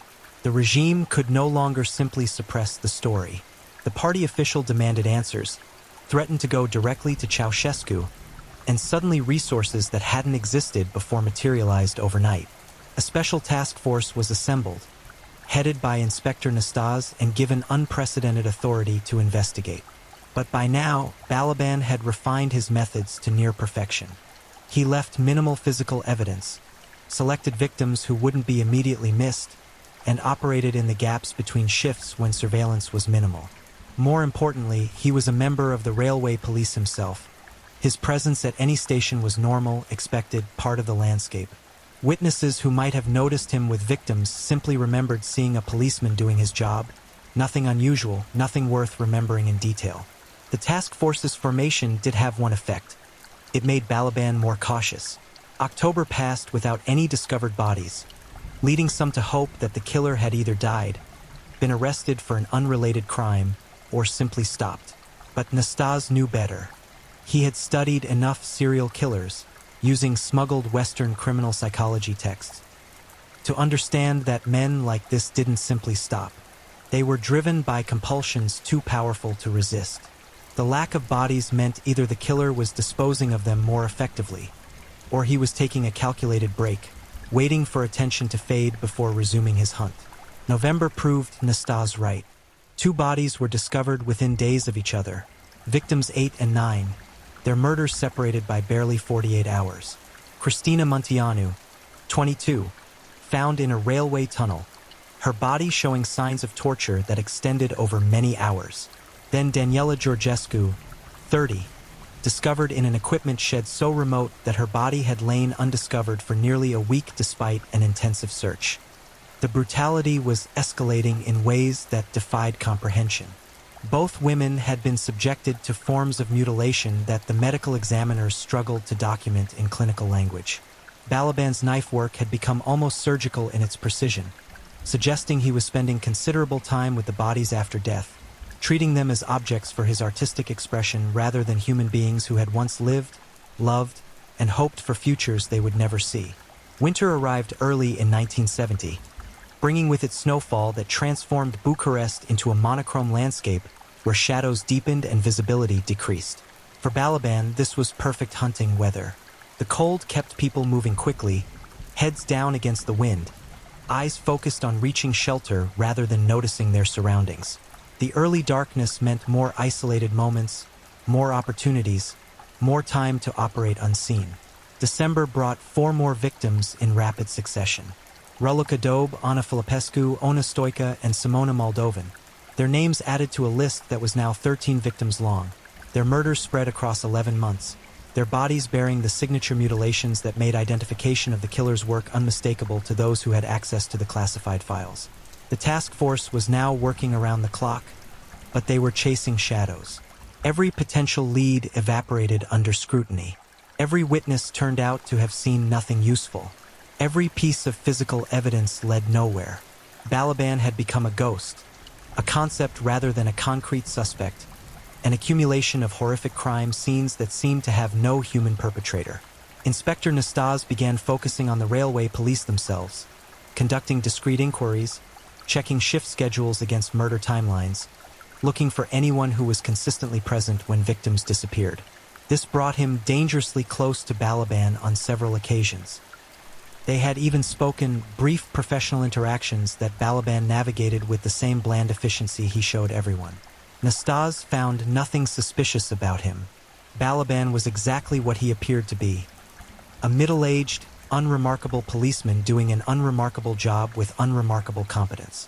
But the net was slowly tightening, even if Nastase didn't yet realize it. Every investigation left traces. Every inquiry made colleagues slightly more aware, slightly more observant. And Balaban, for all his careful planning, was beginning to show signs of stress. His kills were becoming more frequent, more violent, as if the satisfaction he derived from them was diminishing, requiring increasingly extreme acts to achieve the same psychological release. The dawn of 1971 arrived without celebration in Bucharest.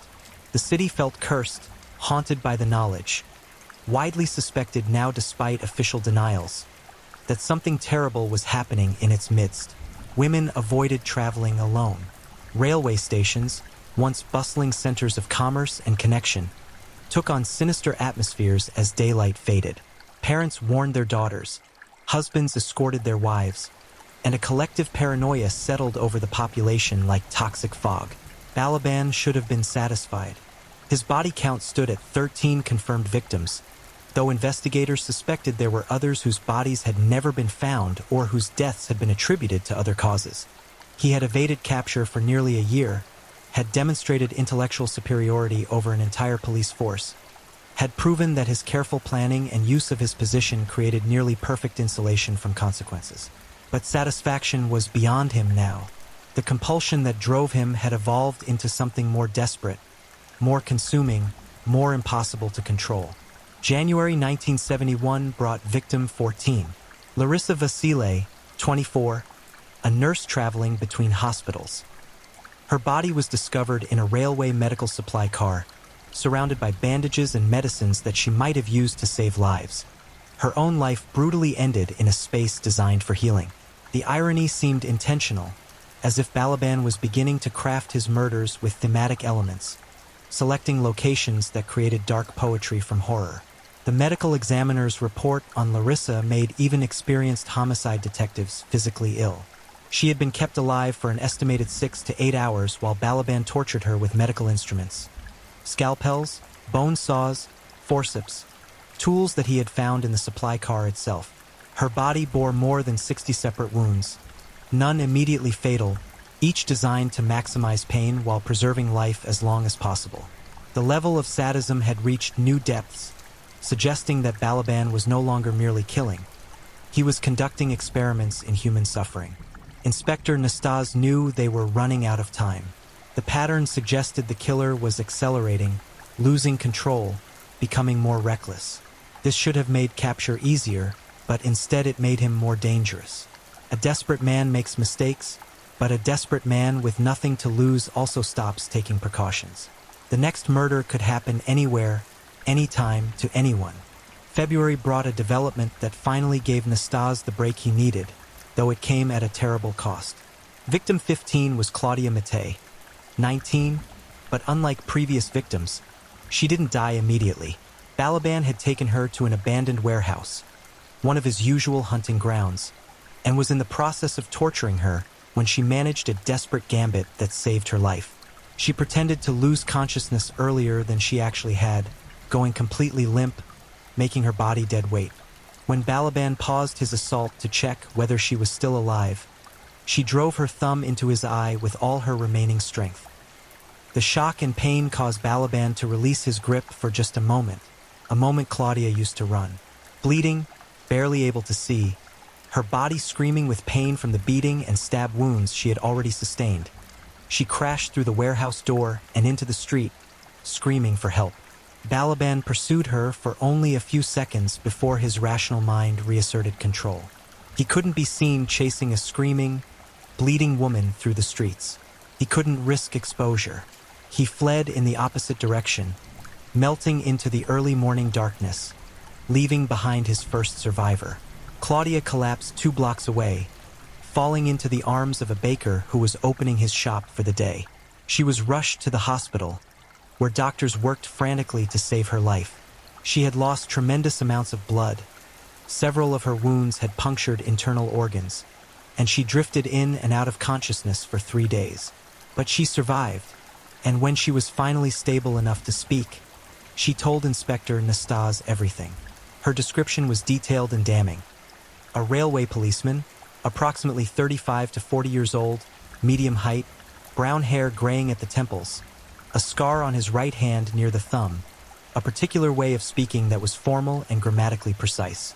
Most critically, she had seen his badge number during the moments when he had first approached her, claiming to be concerned about her safety.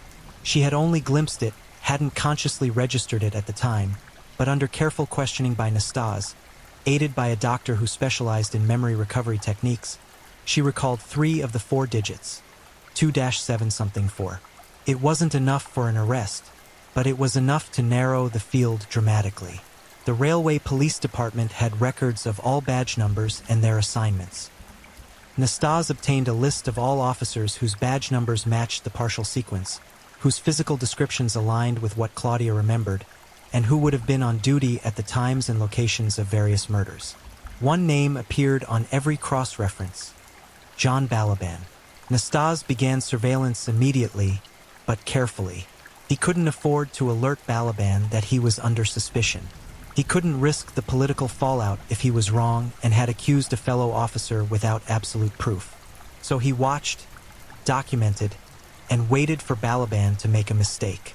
He didn't have to wait long. The failed attack on Claudia had rattled Balaban in ways he didn't fully understand.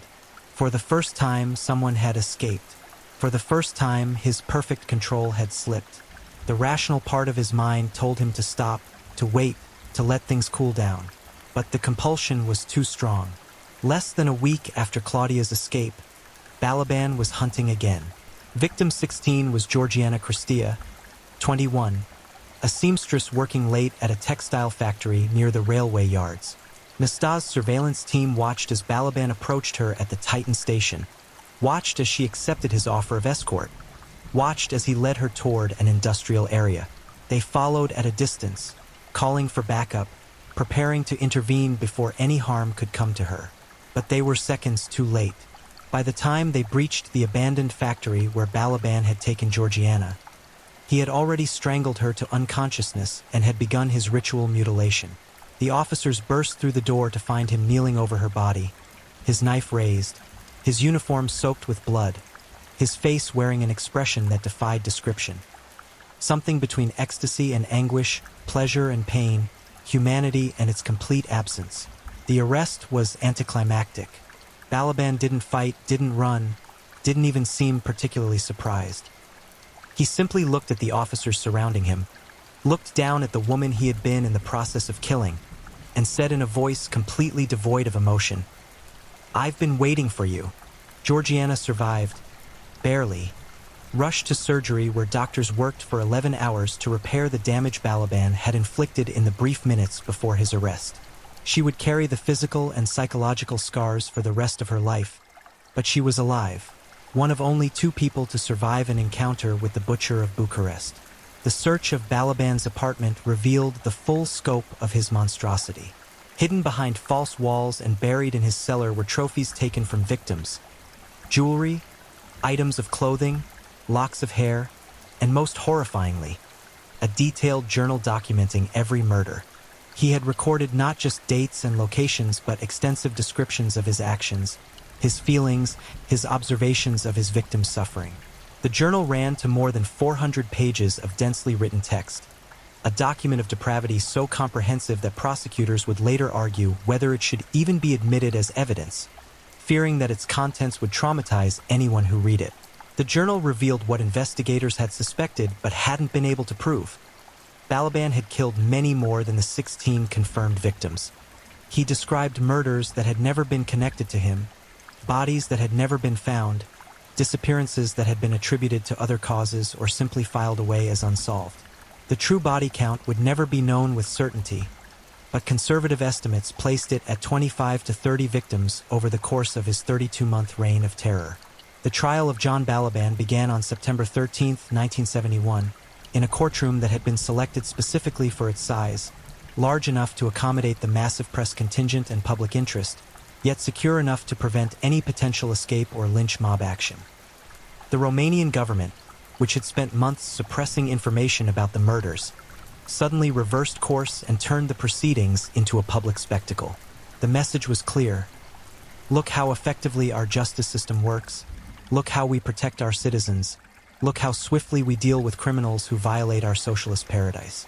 The prosecution was led by Nicolae Constantinescu, Romania's most prominent prosecutor, a man who had built his reputation on high-profile political trials, but who found himself genuinely horrified by the evidence in this case. He had prosecuted traitors, dissidents, and criminals of every type, but nothing in his experience had prepared him for the systematic, methodical evil that Balaban represented.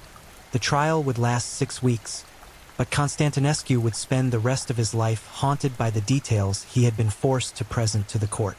Balaban himself remained eerily calm throughout the proceedings. He appeared in court dressed in prison clothing, his face expressionless, his posture relaxed. He showed no remorse, no fear, no emotion of any kind.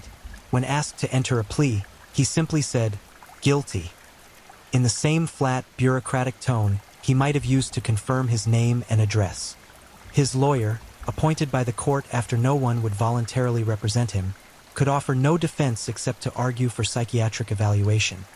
Surely, he argued, no sane man could commit such atrocities. The psychiatric evaluation was conducted by a panel of 3 doctors over the course of 2 weeks. Their conclusion, delivered to the court in a report that would later be studied by criminal psychologists around the world, was unambiguous. John Balaban was perfectly sane. He understood the difference between right and wrong. He comprehended that his actions were illegal and immoral. He had the intellectual capacity to control his impulses but had simply chosen not to.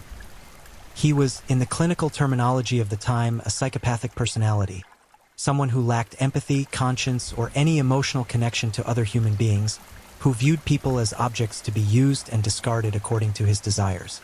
The testimony phase of the trial was devastating. Claudia Mattei, still recovering from her injuries, testified for 3 hours, describing in unflinching detail what Balaban had done to her. Georgiana Christia, wheelchair-bound and barely able to speak above a whisper, gave testimony that reduced hardened journalists to tears. Family members of the victims, mothers who had lost daughters, husbands who had lost wives, children who had lost mothers, delivered impact statements that painted heartbreaking portraits of the lives Balaban had destroyed. Medical examiners presented forensic evidence that left jurors physically ill. Crime scene photographs were displayed, each one a window into hell. The prosecution methodically built a case that was overwhelming in its comprehensiveness, devastating in its detail, and absolutely irrefutable in its conclusion. John Balaban was a monster who had terrorized Bucharest for nearly 3 years, who had murdered at least 16 women with certainty and possibly dozens more, who had done so without remorse or mercy, and who would continue killing if given any opportunity to do so. The defense had nothing to offer except desperate appeals to technicality. They argued that the journal should be inadmissible because it had been obtained without proper warrant procedures, an argument the judge dismissed immediately, noting that the warrant had been perfectly legal and that even without it, the volume of physical evidence was overwhelming. They argued that the confession had been coerced, until Balaban himself interrupted to say that no coercion had been necessary, that he had confessed freely, that he saw no reason to deny what he had done. The most disturbing testimony came from Balaban himself. Against his lawyer's desperate advice, he insisted on taking the stand. For 4 hours, he answered questions in that same flat, emotionless voice, describing his murders with the detached precision of a mechanic describing an engine repair. He felt no remorse, he explained, because he didn't understand what there was to feel remorseful about. The victims were people, yes, but not people who mattered. They were alone, disconnected, easily missed. He had simply taken advantage of opportunities that had presented themselves. When asked why he had tortured his victims rather than simply killing them quickly, Balaban's response chilled the courtroom. Because I wanted to see what would happen. Because I was curious about how much pain a person could endure. Because it was interesting. Not because he enjoyed it, not because he got sexual satisfaction from it, but because he was curious, as if human suffering was a scientific experiment rather than a moral horror. The prosecutor pressed him. Did he understand that his victims had been human beings with families, with hopes, with futures he had stolen from them? Balaban considered the question seriously, then responded, "Intellectually, yes. I understand the concept. But understanding something intellectually is different from feeling it emotionally. I don't feel anything about them. I never did." When asked if he felt anything at all about what he had done, Balaban thought for a long moment before answering, "Satisfaction when I was doing it. Completion when it was finished. Nothing at all afterward." He paused, then added, and frustration that I was stopped before I was ready to stop. The verdict was never in doubt. After deliberating for less than 3 hours, the jury returned with guilty verdicts on all charges. 16 counts of first-degree murder, 2 counts of attempted murder, and numerous additional charges related to kidnapping, assault, and abuse of authority. The sentencing phase was brief. Under Romanian law, the maximum penalty was death by firing squad. A sentence the judge delivered without hesitation, noting that never in his 30 years on the bench had he encountered evil so pure, so calculating, and so utterly devoid of any redeeming human quality. Balaban showed no reaction to the sentence. He was led from the courtroom with the same expressionless calm he had displayed throughout the trial, his face revealing nothing of whatever thoughts might have been occurring behind those flat, dead eyes. The execution was scheduled for November 23, 1971, to be carried out at Jalava Prison, a fortress-like structure that had been used for political prisoners and executions since the 1930s.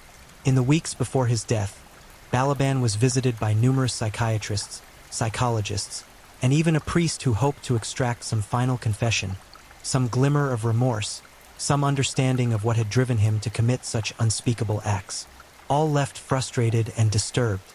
Balaban remained cooperative, answering questions with clinical precision, but offering no insights that suggested he viewed his crimes as anything more than actions he had chosen to take because he wanted to. The priest, Father Andrei Popescu, spent the most time with him, believing until the very end that no soul was beyond redemption. He would later describe his conversations with Balaban as the most spiritually exhausting experience of his long ministry. It wasn't that he rejected God, Father Popescu explained to colleagues. It was that the concept meant nothing to him. I might as well have been speaking to a wall. There was nothing there to reach, no conscience to awaken, no humanity to appeal to. He was a void in the shape of a man. In those final weeks, Balaban made one request. He asked to complete his journal, claiming that his arrest had interrupted his documentation and he wished to finish what he had started. The request was denied, but the reasoning behind it, that he viewed his murders as a project to be properly concluded rather than crimes to be atoned for, sent fresh chills through everyone who heard about it. Inspector Nastase visited him 3 days before the execution, hoping to close the cases that remained unsolved, to give families of missing women some final closure. Balaban received him politely, as if welcoming an old colleague. They sat across from each other in the prison interview room, separated by a steel table bolted to the floor, and Nastase asked about the murders that weren't in the journal, the bodies that had never been found, the women whose families still held out desperate hope that their daughters might be alive somewhere. Balaban considered the question, then said, "There were 7 others. Before I started keeping the journal, I wasn't as careful with those. I dumped the bodies in the Dambovita River, weighted down with railway chains. They're gone now, nothing left to find."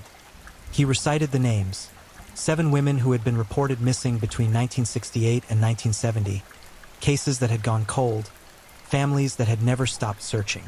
Nastase wrote down every detail, his hand trembling slightly, his heart breaking for the mothers and fathers who would finally have terrible answers to terrible questions. "Why?" Nastase finally asked, the question that had haunted him through the entire investigation. "Why did you do it? What were you trying to accomplish?" Balaban looked at him for a long moment, his eyes as empty as they had been the day of his arrest. "I don't know how to explain it to someone who doesn't already understand," he said finally. "There was something inside me that needed to be expressed, and this was the only way I could express it. It's like asking a painter why he paints, or a musician why he makes music. This was what I did. This was who I was." "You were a murderer," Nastase said. "A brutal, sadistic killer who destroyed lives for no reason." "Yes," Balaban agreed. "That's accurate. No defensiveness, no justification, just simple acknowledgement of fact." Nastase left that interview feeling more disturbed than any crime scene had ever made him feel. The evil he had been chasing wasn't the hot evil of passion or rage, wasn't the desperate evil of poverty or addiction, wasn't even the ideological evil of political violence. It was cold evil, calculated evil, evil that existed simply because it could, that needed no justification beyond its own desires. It was evil in its purest, most incomprehensible form. November 23, 1971, dawned cold and gray over Bucharest. At Jalava prison, preparations for the execution proceeded with bureaucratic efficiency.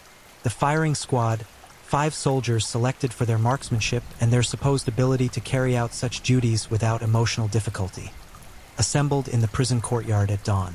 The execution would not be public, but representatives from the victims' families had been offered the opportunity to attend. 12 accepted, needing to witness the end, needing to see with their own eyes that the monster who had destroyed their lives would face justice. Balaban was brought from his cell at exactly 6 o'clock in the morning. He had refused the traditional final meal, claiming he wasn't hungry. He had refused the blindfold, saying he wanted to see what happened. He walked to the execution post with steady steps, his face still wearing that same expression of mild disinterest, as if he were heading to another routine day of work rather than the end of his life. He was secured to the post with leather straps, his arms bound behind him, his torso exposed to provide the firing squad with a clear target. The prison director, as required by law, read the sentence aloud, confirming Balaban's identity, the crimes for which he had been convicted, and the penalty that was about to be carried out. Balaban listened without apparent interest, his eyes scanning the courtyard as if he were merely curious about the architecture. The prison director asked if he had any final words. Balaban considered the question, then spoke clearly enough for everyone in the courtyard to hear. "I regret nothing. I would do it all again if I could. That's all. No apology, no remorse, no acknowledgement of the suffering he had caused. Just a final confirmation that the monster they were executing was exactly what they had always believed him to be, irredeemable, inhuman, and utterly without conscience." The order was given. 5 rifles fired simultaneously, the sound echoing off the prison walls like thunder. Balaban's body jerked against the restraints, blood blooming across his chest in 5 separate flowers of crimson. His eyes remained open for perhaps 3 seconds after the impact, still staring with that same empty gaze, and then whatever spark of life had animated him, if it could truly be called life, was extinguished. The prison doctor approached, checked for a pulse, and pronounced him dead at 6:07 a.m. The body was cut down, placed in a plain wooden coffin, and buried in an unmarked grave in the prison cemetery. No stone would mark his resting place. No name would identify where his remains had been laid. The authorities wanted no shrine for the twisted minds that might seek to glorify his crimes. John Balaban would be erased from the earth as thoroughly as possible, remembered only in police files and the nightmares of those whose lives he had touched. Inspector Nastase attended the execution, standing at the back of the courtyard, needing to see it through to the end. When it was over, when Balaban's body had been carried away and the courtyard emptied, he remained standing there, trying to process what he had witnessed. He had dedicated nearly 2 years of his life to hunting this man, had sacrificed his health and his peace of mind to the pursuit of justice. Now justice had been served, the killer was dead, and yet Nastase felt no satisfaction, no sense of closure, no relief. "Did we win?" asked one of the young detectives who had worked the case, approaching Nastase as he stood alone in the courtyard. Nastase considered the question for a long time before answering. "We stopped him," he said finally. "That's all we could do. I don't know if that counts as winning." The aftermath of the Balaban case would reverberate through Romanian society for years.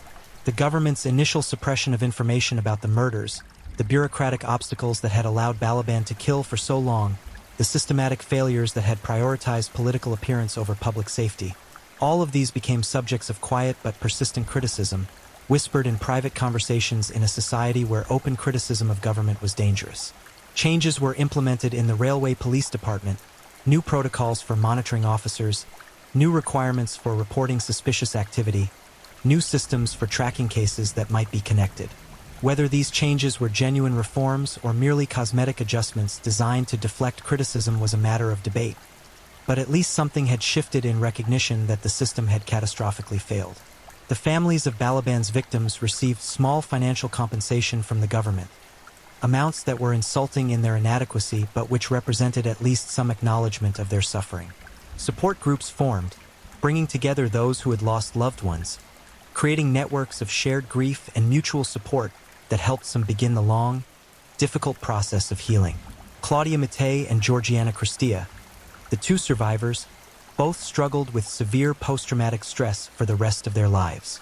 Claudia eventually married and had children, but she never fully recovered from the night she had spent fighting for her life against a monster wearing a policeman's uniform. She moved to a small village far from Bucharest, seeking peace in isolation, rarely speaking about what had happened to her. Georgiana's injuries were more severe, requiring multiple surgeries over several years. She never fully regained her mobility, spending her life in chronic pain, a physical reminder of the evil that had touched her. Both women were haunted by the knowledge that they had survived when so many others hadn't, that mere chance had determined who lived and who died. Inspector Nastase continued his police career but was never quite the same after the Balaban case. Colleagues noticed he had become more cynical, more paranoid, less willing to trust appearances or accept easy answers. He began drinking heavily. His marriage collapsed under the strain of his obsession with the case, and he retired early at 55, citing health problems that were as much psychological as physical. In his final interview before leaving the force, he was asked what lesson he had learned from hunting the butcher of Bucharest. "Evil is real," he said simply. "Not the cartoon evil of propaganda, not the political evil we're told about in our newspapers. Real evil, pure evil. Evil that exists without reason, without cause, without purpose beyond its own satisfaction. And it can wear any face, carry any badge, live in any apartment. That's what I learned. That's what keeps me awake at night." The story of John Balaban became one of those dark legends that societies tell themselves as warning, as cautionary tale, as reminder that civilization is a thin veneer over darkness. In the years after his execution, his crimes were discussed in hushed tones, used to frighten children into obedience, invoked as the ultimate example of human depravity. Books were written, though heavily censored by the communist government. Criminal psychology students studied his case, trying to understand the mind that could commit such atrocities. Foreign experts requested access to the files, seeking insights into the nature of serial murder. But perhaps the most disturbing legacy of John Balaban was the question he left unanswered. How many others like him existed, undiscovered and unpunished? How many other monsters wore uniforms and badges, hiding behind authority while committing unspeakable acts? How many other women had vanished into darkness, their disappearances explained away as runaways or suicides or simple bad luck, when in reality they had fallen victim to predators who understood that the best hiding place for evil was in plain sight? The railway stations of Bucharest, once vibrant centers of commerce and connection, carried shadows after Balaban that they would never quite shake. Old women crossing themselves when they passed certain platforms, young women clutching their bags tighter when approached by any man in uniform, parents warning their daughters to never, ever accept help from strangers, no matter how official they seemed. These became the rituals of a traumatized city, the behaviors of a population that had learned the terrible lesson that monsters were real and could be anyone. In the end, John Balaban's true victim count would never be known with certainty. The 16 confirmed murders, the 7 he confessed to Inspector Nastase, and the others that investigators suspected but could never prove. Altogether, they suggested a total somewhere between 25 and 35 women whose lives were stolen by a man who felt nothing about their deaths beyond mild professional satisfaction. He died as he had lived, empty, emotionless, a void in the shape of a human being. His last words were not a confession or an apology, but a simple statement of fact. He regretted nothing. In that final moment, facing his own mortality, he revealed what investigators had suspected all along: that there was nothing inside him to reach, no humanity to appeal to, no conscience to awaken. He was a predator that happened to wear human skin, a darkness that happened to walk on 2 legs. The butcher of Bucharest was gone, but the scars he left behind would never fully heal. The mothers who lost daughters, the husbands who lost wives, the children who grew up without parents. They carried those wounds for the rest of their lives. The city itself carried scars, invisible but no less real, a collective trauma that changed how people moved through the world, how they trusted, how they felt about the authorities meant to protect them. And somewhere in an unmarked grave in Jalava prison, beneath soil that would grow nothing but weeds, the earthly remains of evil itself lay silent, finally stopped but never truly defeated, because the horror of what John Balaban had done would echo through generations, a reminder that monsters walk among us, that evil can hide behind the most ordinary faces, and that sometimes the greatest danger comes not from the shadows we fear but from the uniformed, smiling authority figures we're taught to trust. This was the legacy of the Butcher of Bucharest, a lesson written in blood, carved into the flesh of innocence, and burned into the collective memory of a city that would never forget the 32 months when death wore a badge and evil walked freely through railway stations, selecting victims with the casual efficiency of someone simply doing their job. Because for John Balaban, that's exactly what it was. Not a compulsion he couldn't control, not a disease he suffered from, but a job he performed with dedication and skill until the day justice finally caught up with him and delivered the only sentence that could possibly fit his crimes. The nightmare was over, but the screams would echo forever. If you're enjoying these stories, don't forget to leave a comment. I'd love to know where you're tuning in from and what time it is in your part of the world. And if you haven't already, make sure to like this video and subscribe, so you never miss the next true crime story to help you unwind. Now, let's get into our final story. Story 4. The story of the backpacker butcher. There are places where the earth remembers violence, where soil drinks blood and forests hold screams in their shadows long after the last breath fades. The Belanglo State Forest is such a place. 7 bodies. 7 young souls who dreamed of adventure beneath Australian skies, who thumbed rides along sun-baked highways with backpacks full of hope and cameras ready to capture beauty. They vanished into a green cathedral of death where a hunter with dead eyes and steady hands waited. Ivan Milat didn't just kill.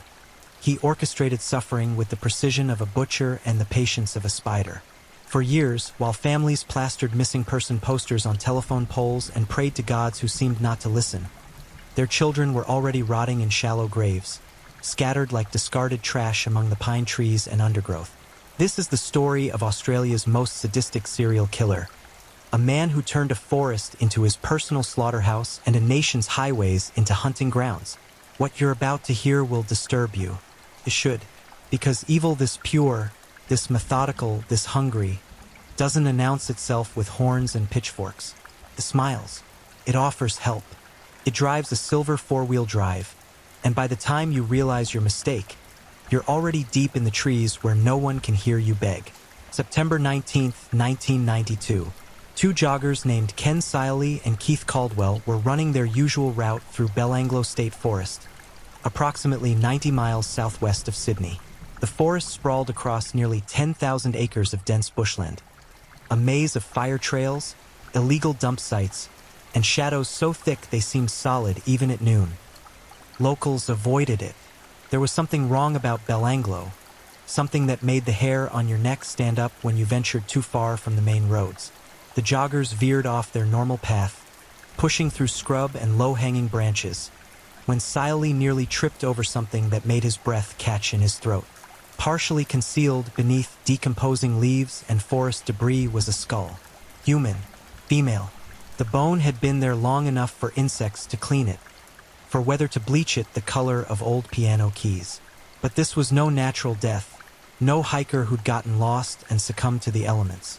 Even from a distance, even before the police arrived with their evidence bags and cameras, both men knew they were standing at the threshold of something monstrous. When the authorities excavated the site, they found not 1 body, but 2. Young women, both in their early 20s. Both partially buried, partially exposed, as though whoever put them there wanted them found eventually but not immediately. The first victim was identified as Joanne Walters, a British backpacker who'd been missing since April 1992. The second was Caroline Clark, also British, Joanne's traveling companion. They'd been hitchhiking from Sydney, heading south with dreams of seeing the Australian coast, with youth and invincibility pumping through their veins. They'd trusted the wrong driver. The forensic evidence painted a nightmare. Joanne Walters had been stabbed 14 times. The knife wounds clustered around her chest and neck. Frenzied, brutal, the kind of overkill that speaks to rage or sadistic pleasure. But the most chilling detail was the angle of certain wounds, the forensic pathologist noted. She'd been on her knees when some of the strikes landed. Defensive wounds covered her hands where she tried desperately to grab the blade, to stop it from plunging into her flesh again and again. The killer had taken his time. Caroline Clark's death was even more execution style in its cold efficiency. She'd been shot 10 times in the head with a .22 caliber weapon. Not from a distance, but close. Close enough that the shooter would have seen her eyes, heard her pleas, watched the light drain from her face with each pull of the trigger. Forensic analysis revealed the shots came from multiple angles, meaning she'd been moved between shots, possibly tortured, possibly made to watch her friend die before her own execution began. The bullets were small caliber, chosen specifically because they don't exit the skull cleanly. They bounce around inside, liquefying brain tissue, causing maximum neurological damage while keeping the victim conscious longer. It's a killer's caliber, a sadist's choice. The discovery sent shockwaves through Australia's backpacker community. The country had built its tourism industry partly on the image of being safe, friendly, a paradise for young travelers looking to work and explore. Now 2 young women were dead, murdered in a forest that suddenly seemed less like wilderness and more like a burial ground.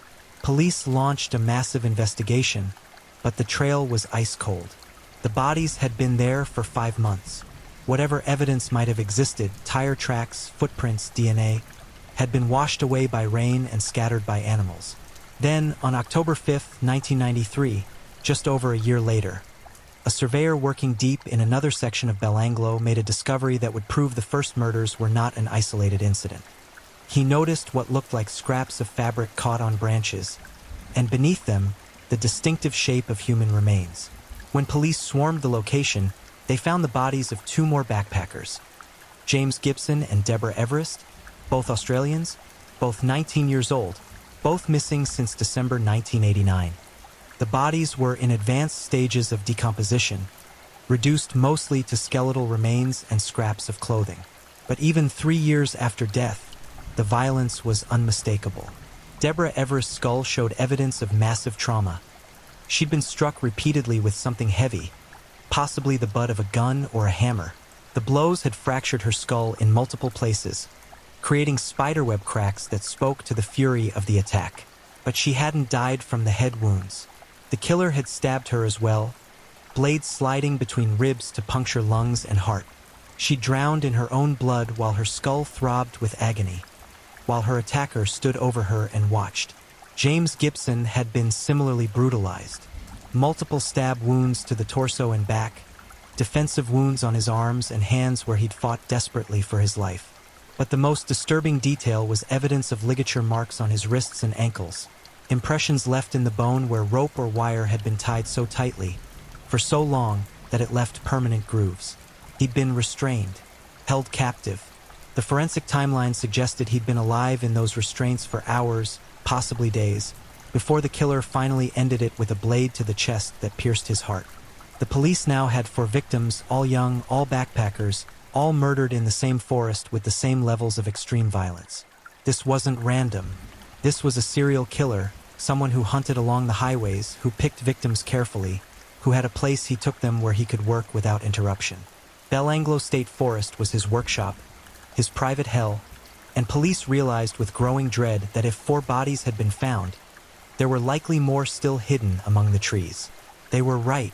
On November 1st, 1993, investigators conducting a systematic search of Belanglo's most remote sections found another grave.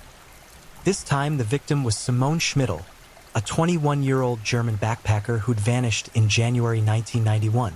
She'd been hitchhiking from Sydney to Melbourne, a common route for travelers, a journey that should have been safe. Instead, she ended up in a shallow grave with her spine severed. The medical examiner's report was clinical in its language but horrifying in its implications. Simone had been stabbed with such force that the blade had cut completely through vertebrae, partially decapitating her from behind. The angle suggested she'd been on her knees, possibly bound, possibly begging, when the killer drove the knife down with both hands. Just weeks later, on November 3rd, Police found two more bodies buried near each other. Anja Habschied and Gabor Neugebauer, both German nationals, both missing since December 1991. They'd been traveling together, a couple in love, excited to explore Australia before returning home to plan their future.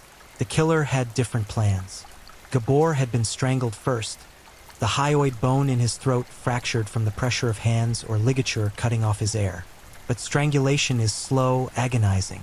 It takes minutes for the brain to die from oxygen deprivation, minutes during which the victim is fully conscious, fully aware they're dying. Gabor would have clawed at whatever was around his neck, his vision narrowing to a tunnel, then to pinpoints, then to nothing as his killer watched his face turn purple. Anya's death was even more unspeakable. Her skull had been completely severed from her spine, decapitated with what forensic experts believed was a sword or a machete.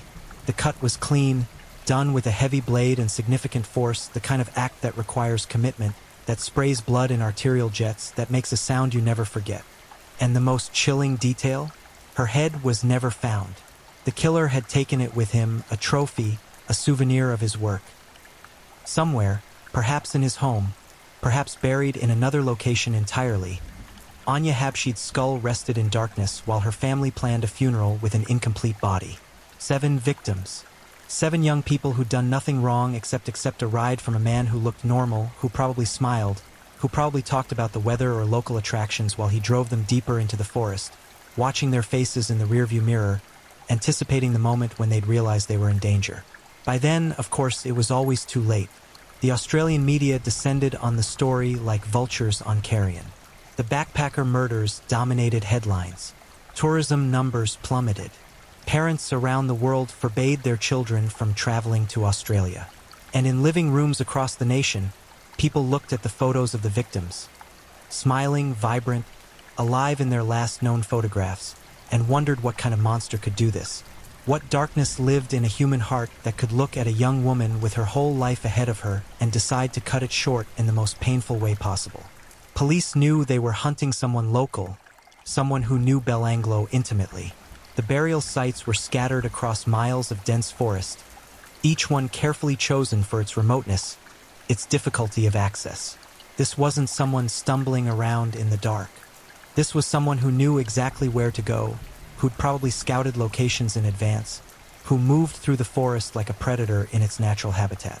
They needed a suspect. They needed a break. And finally, in 1994, they got one. His name was Ivan Robert Marko Milat, and if you'd passed him on the street, you wouldn't have looked twice. 50 years old in 1994, stocky build, weathered face, the calloused hands of a man who worked with them. He was the 5th of 14 children born to a Croatian immigrant family in southwest Sydney. His childhood was unremarkable by most accounts. Poor but not destitute, strict but not unusually abusive. There were no obvious red flags, no torture of animals or bedwetting or fire setting that psychology textbooks tell us to look for in developing psychopaths. Ivan Milat was, by all external measures, ordinary. But ordinariness can be the most effective camouflage a monster ever wears. Milat had worked various jobs over the years: road worker, truck driver, laborer. He knew the highways of New South Wales like the lines on his palm, knew every rest stop and service station, every stretch of road where hitchhikers congregated with their thumbs out and their guard down. And he knew Belanglo State Forest intimately, his family-owned property near the forest. He'd hunted there for years, knew every fire trail and hidden gully, knew where the ground was soft enough to dig and remote enough that screams would dissipate into nothing but wind through pine needles. The break in the case came not from brilliant detective work, but from simple human weakness. Specifically, the weakness of one of Milat's former traveling companions. In early 1994, a man named Paul Onions walked into a police station in England and told a story that made the investigating officer's blood run cold. In January 1990, Onions had been backpacking through Australia when he'd accepted a ride from a man driving south from Sydney. The man was friendly at first, asking questions about where Onions was from, where he was headed. But as they drove, the conversation grew strange. The driver mentioned he had a gun, said he liked to hunt, kept glancing at Onions with an intensity that made the young Englishman deeply uncomfortable. Then, On a remote stretch of highway near Belanglo State Forest, the driver pulled over, claiming there was something wrong with the vehicle. He got out, walked around to the back, and when Onions looked in the side mirror, he saw the man pulling out a gun. Pure instinct took over. Onions threw open the passenger door and ran, sprinting toward the road with his heart hammering so hard, he thought it might burst through his ribs. The driver chased him for a moment but gave up when another car appeared on the horizon.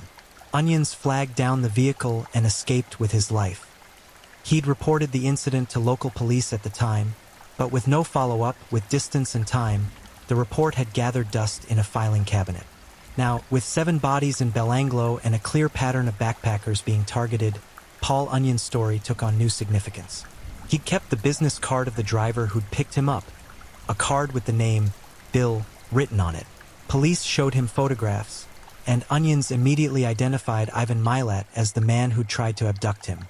More importantly, Onions remembered the vehicle, a silver Nissan 4-wheel drive with distinctive modifications. Armed with this information, police began building a case. They discovered Milat had a long criminal history stretching back decades: armed robbery in the 1970s, multiple incidents of violence, a rape charge that had been dropped when the victim failed to testify. This wasn't just a man capable of violence. This was a man with a documented history of it. A man who'd been arrested and released, each time growing bolder, each time learning from mistakes. On May 22, 1994, police raided Milat's house in the Sydney suburb of Cinnabar Street, Eagle Vale. What they found turned the home into a warehouse of death, a museum of murder. Hidden in the garage and throughout the house was a collection of items that could only have come from the victims. Camping equipment with names etched on them matching the missing backpackers, sleeping bags, backpacks, cameras containing film that was later developed to show photos taken by the victims just days before they vanished. There were Simone Schmidl's travel documents, Caroline Clark's camera, clothing that matched garments the victims had been wearing in their last known photographs. But the most damning evidence came from the weapons cache police discovered. Milat was a gun enthusiast, which wasn't unusual in rural Australia, but the specific firearms he possessed were damning. Ballistics experts compared bullets recovered from Caroline Clark's skull with bullets test-fired from a .22 Ruger rifle found in Milat's home. The match was conclusive. The same weapon that had been fired into Caroline's head at point-blank range had been sitting in Ivan Milat's garage, cleaned and oiled, ready for next time. During interrogation, Milat was calm, almost amused. He maintained his innocence with the confidence of a man who believed himself smarter than the police, smarter than the system. He had an explanation for everything. The camping equipment had been purchased at garage sales, the guns were for hunting, the similarity between his vehicle and the one Paul Onions described was coincidental. He was being framed, he claimed, victimized. His dead eyes showed no emotion as he spun his lies, as detectives laid photograph after photograph of decomposed bodies on the table in front of him, watching for any flicker of humanity, any crack in the facade.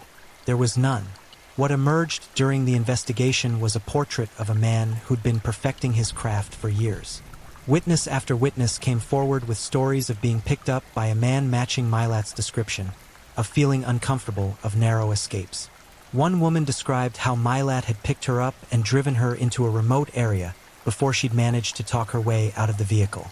Another couple reported that Milat had given them a ride and spent the entire journey talking about how easy it would be to kill someone in the forest and never be caught, how bodies would decompose to nothing in a few years. He'd been hunting for decades, police realized. The 7 confirmed victims were likely just the ones they'd found. How many others were out there, buried deeper, scattered across different forests, their bones indistinguishable from animal remains? How many families were still waiting for phone calls that would never come, still checking mailboxes for postcards from children who'd been dead for years?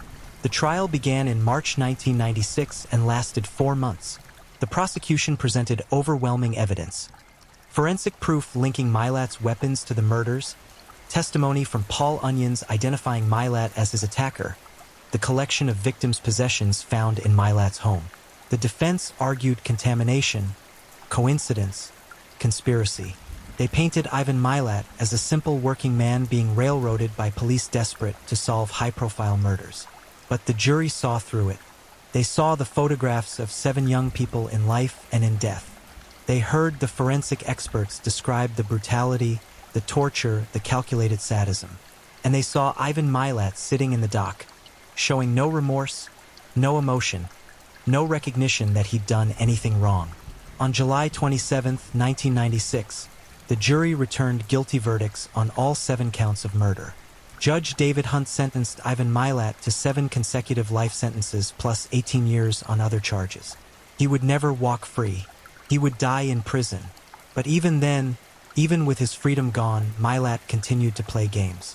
He refused to confess, refused to tell investigators if there were more bodies, refused to give the families of his victims any closure beyond what the physical evidence provided. In prison, Milat became something of a celebrity among certain twisted corners of society. He received fan mail from people fascinated by serial killers, from true crime enthusiasts who romanticized his murders into entertainment. He gave occasional interviews, always maintaining his innocence, always playing the victim. In 2009, he made a dramatic escape attempt, cutting off his own pinky finger with a plastic knife. The rationale being that the injury would require hospital treatment outside the prison walls. It didn't work. The injury was treated within the prison, and Milat remained locked away, his missing finger just another piece of his pathology on display. Understanding what Ivan Milat did requires confronting uncomfortable truths about human nature and the capacity for evil. This wasn't crime of passion, wasn't robbery gone wrong, wasn't accidental violence that spiraled out of control. This was methodical, ritualized, recreational murder. Ivan Milat hunted human beings for sport, for sexual gratification, for the pure exercise of power over life and death. And he was very, very good at it. His methodology followed a clear pattern that investigators pieced together from survivor testimony, victim timelines, and forensic evidence. Milat would cruise along major highways in his silver four-wheel drive, looking for hitchhikers, preferably young, preferably foreign, preferably traveling alone or in pairs. Foreign backpackers were ideal targets because they were transient. When they disappeared, it might be weeks or months before anyone realized something was wrong. They'd told friends and family they were going traveling, so a gap in communication wasn't immediately alarming. By the time missing person reports were filed, the trail was frozen solid, and Milat was already hunting again. When he spotted suitable prey, Milat would pull over and offer a ride, smiling, friendly, just another Aussie being helpful to travelers. He'd make small talk, ask about their plans, build rapport. The victims would relax. They'd think they'd gotten lucky, caught a ride with a nice local guy who could tell them about the area. And then, gradually, almost imperceptibly, the dynamic would shift. Milat would take a turn off the main highway, claiming it was a shortcut or that he needed to stop at home briefly. Before the victims realized they were in danger, they'd be miles from civilization, deep in forest where cell phones didn't work and the nearest human being might be hours away. Then the nightmare would begin in earnest. Based on forensic evidence and the nature of injuries, investigators believed Milat's attack pattern followed a consistent ritual. First, he would stop the vehicle in a remote location, often near one of his pre-selected killing grounds in Belanglo. He'd pull a weapon, usually a gun, and the transformation from friendly driver to predator would be complete. The victims would be ordered out of the vehicle at gunpoint, their terror mounting as they realized the full scope of their mistake. Some fought. James Gibson's defensive wounds showed he'd struggled, had tried to wrestle the knife away, had refused to simply submit to death. Others froze, paralyzed by fear and disbelief. Milat would restrain them using rope or wire, binding wrists and ankles, rendering them helpless. This phase wasn't just practical, it was part of the ritual, part of what he enjoyed. The binding transformed his victims from people into objects, from autonomous humans into toys he could manipulate however he pleased. And then, with his victims secured and unable to escape, the torture would begin. The exact sequence of events varied, but certain patterns emerged. Milat appeared to enjoy inflicting pain, stretching out the process, making his victims suffer as long as possible before death finally came as a mercy. Caroline Clark's 10 gunshot wounds to the head weren't fired rapidly in execution style. The angles and spacing suggested time between shots, suggested Milat had made her wait between bullets, had let her feel each impact, had watched her pray and beg and scream before pulling the trigger again. Joan Walter's 14 stab wounds told a similar story. Forensic pathologists noted that many of the wounds were not immediately fatal. The blade had been driven into non-lethal areas, first shoulders, arms, thighs, causing agonizing pain but not rapid death. Only after this prolonged torture did Milat finally strike the killing blows to her chest and throat. This was a man who savored suffering, who got arousal or satisfaction from watching the light fade slowly from his victim's eyes. The sexual component of Milat's crimes remains somewhat unclear, partly because decomposition destroyed much soft tissue evidence, and partly because Milat never confessed. But several indicators point toward sexual motivation. The selection of young, attractive victims, the privacy and time he took with them, the overkill nature of many attacks, which often indicates a sexual sadist working out fantasies. One forensic psychologist who studied the case noted that the degradation and objectification of victims, particularly the decapitation of Anya Habshid, suggested a killer who was acting out deeply disturbed sexual fantasies where complete domination and destruction of the victim was the goal.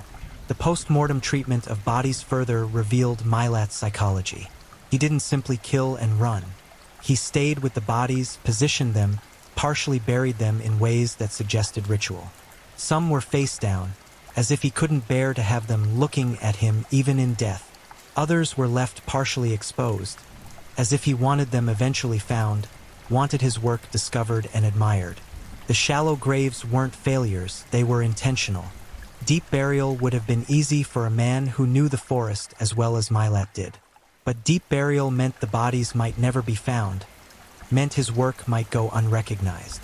The shallow graves were a compromise. Hidden long enough for him to avoid immediate detection but discoverable enough that eventually, someone would find them and the world would know what Ivan Milat was capable of.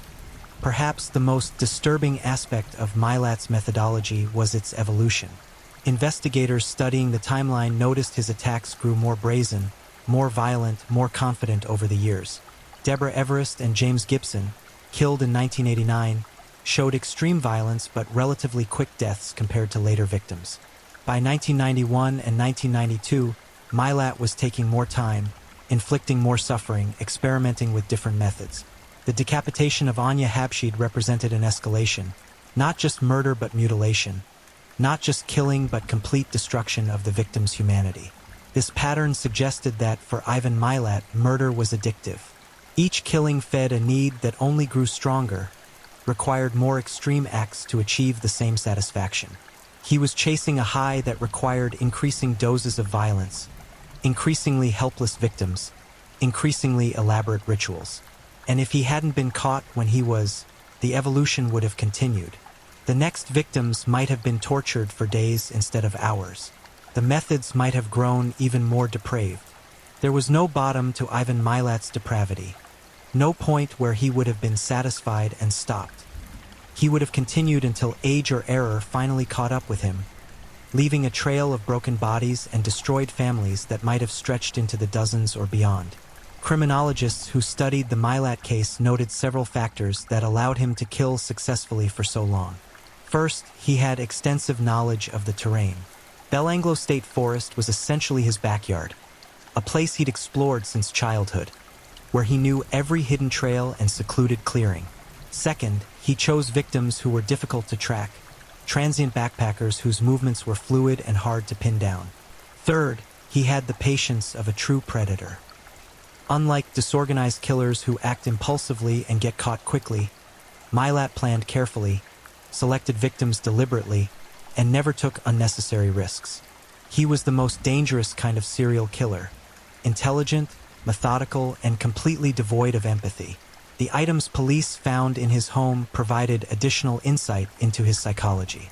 Beyond the victim's possessions, Milat had kept meticulous records, maps with locations marked, newspaper clippings about missing backpackers, photos he'd taken of the forest locations where bodies were buried. This wasn't just trophy-taking, it was documentation of his work.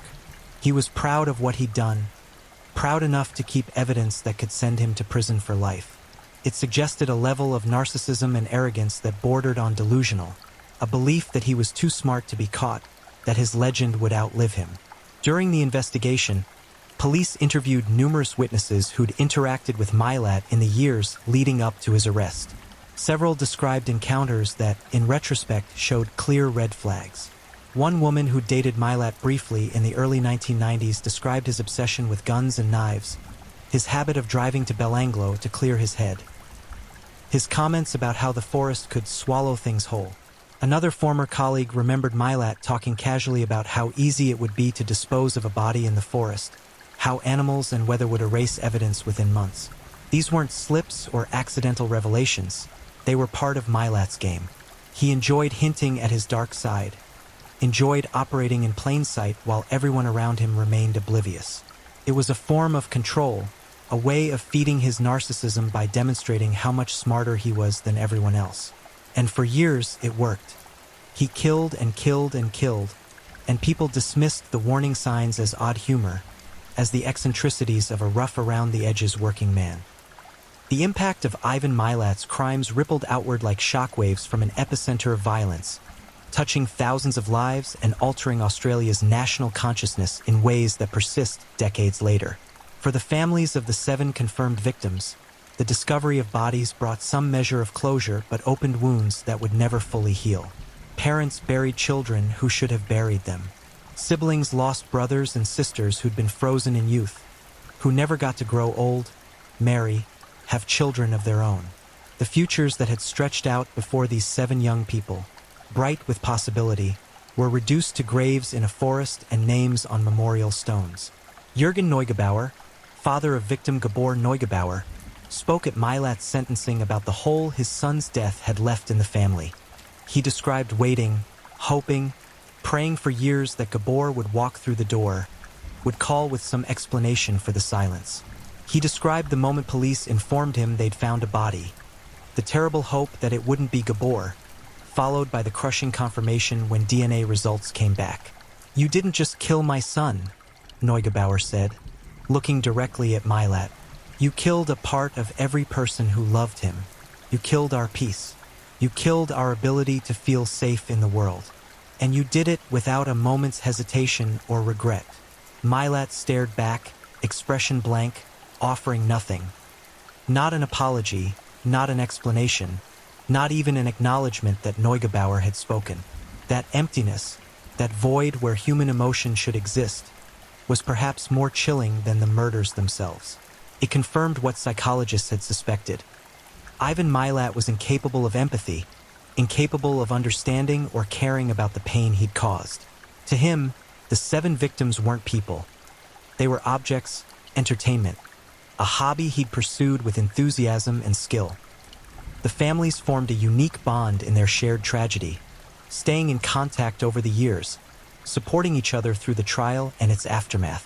Several established memorial funds and scholarships in their children's names, determined that something positive should emerge from the horror. The Simone Schmidl Memorial Fund provides support for young people pursuing education abroad, ensuring that Simone's dream of seeing the world and learning from different cultures continues through others. Caroline Clark's family established a photography grant in her name, honoring her passion for capturing beauty through a camera lens. But beyond the immediate families, the Milat case affected Australia as a nation. The backpacker murders shattered the country's image as a safe haven for young travelers.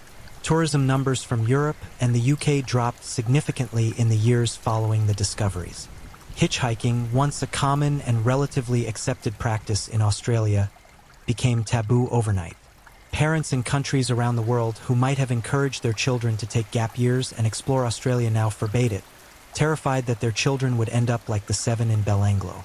The case also exposed serious failings in law enforcement coordination. Multiple missing person reports had been filed over the years, but different jurisdictions had failed to connect them, failed to see the pattern emerging.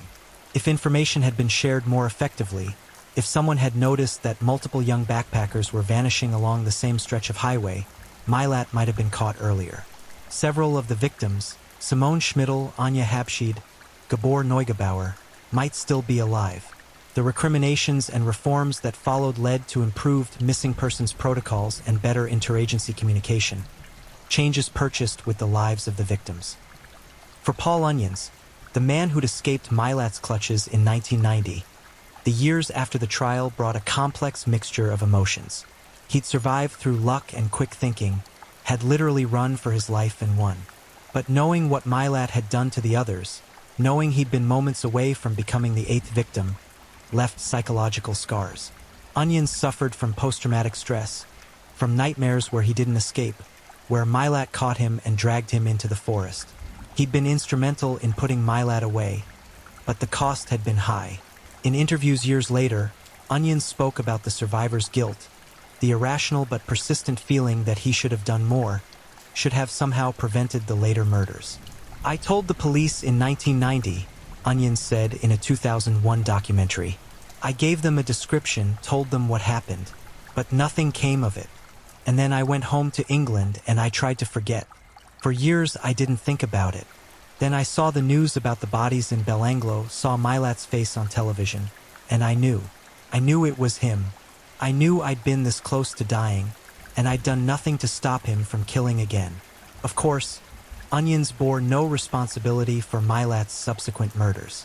The failure was systemic, bureaucratic, a matter of overwhelmed police forces and inadequate information sharing. But grief and trauma don't operate on logic. Onions carried the weight anyway, as did several other people who'd encountered Milat and survived, who'd felt that something was wrong but hadn't acted on it strongly enough to prevent tragedy. In prison, Ivan Milat remained unrepentant until his death. He maintained his innocence despite overwhelming evidence, engaged in legal appeals that went nowhere, and cultivated a persona of wronged victim that might have been darkly comedic if not for the reality of what he'd done. He corresponded with serial killer enthusiasts, sold artwork and signatures to murder memorabilia collectors, and gave occasional interviews where he spun elaborate theories about who the real killer might be. In 2004, Milat made an audacious claim in a prison interview, suggesting that his younger brother Richard was the actual murderer and that Ivan had been protecting him. Richard Milat, who had a criminal record of his own including violent offenses, vehemently denied the accusation. Forensic experts dismissed Ivan's claim as a transparent manipulation, an attempt to muddy the waters and create reasonable doubt where none existed. But the accusation did what it was intended to do. It kept Ivan Milat's name in the news, kept the legend alive, fed his narcissistic need for attention and notoriety. The question that haunted investigators and true crime researchers was whether the 7 confirmed victims represented Milat's complete tally. Statistically, serial killers of Milat's sophistication typically have more victims than those officially attributed to them. The gap between his first known murder in 1989 and his arrest in 1994 represented just 5 years, a relatively short active period for someone as organized and careful as Milat appeared to be. Had he really started killing at age 45? Or had there been earlier victims, bodies that were never found or never connected to him? Several missing person cases from the 1970s and 1980s bear similarities to the Belanglo murders. Young people vanishing while hitchhiking in New South Wales, last seen accepting rides from men in similar vehicles to Milat's. But without bodies, without forensic evidence, connecting these disappearances definitively to Ivan Milat proved impossible. He certainly had the opportunity. He'd been driving the highways for decades, had access to multiple remote locations beyond Belanglo. And he had the temperament, the cold calculation, the complete absence of empathy. That would have allowed him to kill much earlier and much more frequently than the confirmed timeline suggested. In October 2019, Ivan Milat died in Long Bay Prison Hospital at age 74, succumbing to esophageal and stomach cancer. He'd spent the final months of his life refusing most medical treatment, his body wasting away, the cancer eating him from the inside out in a kind of poetic justice that wasn't lost on the families of his victims. Even at the end, even as death approached with certainty, Milat refused to confess, refused to provide closure, refused to tell investigators whether there were more bodies hidden in forests across New South Wales.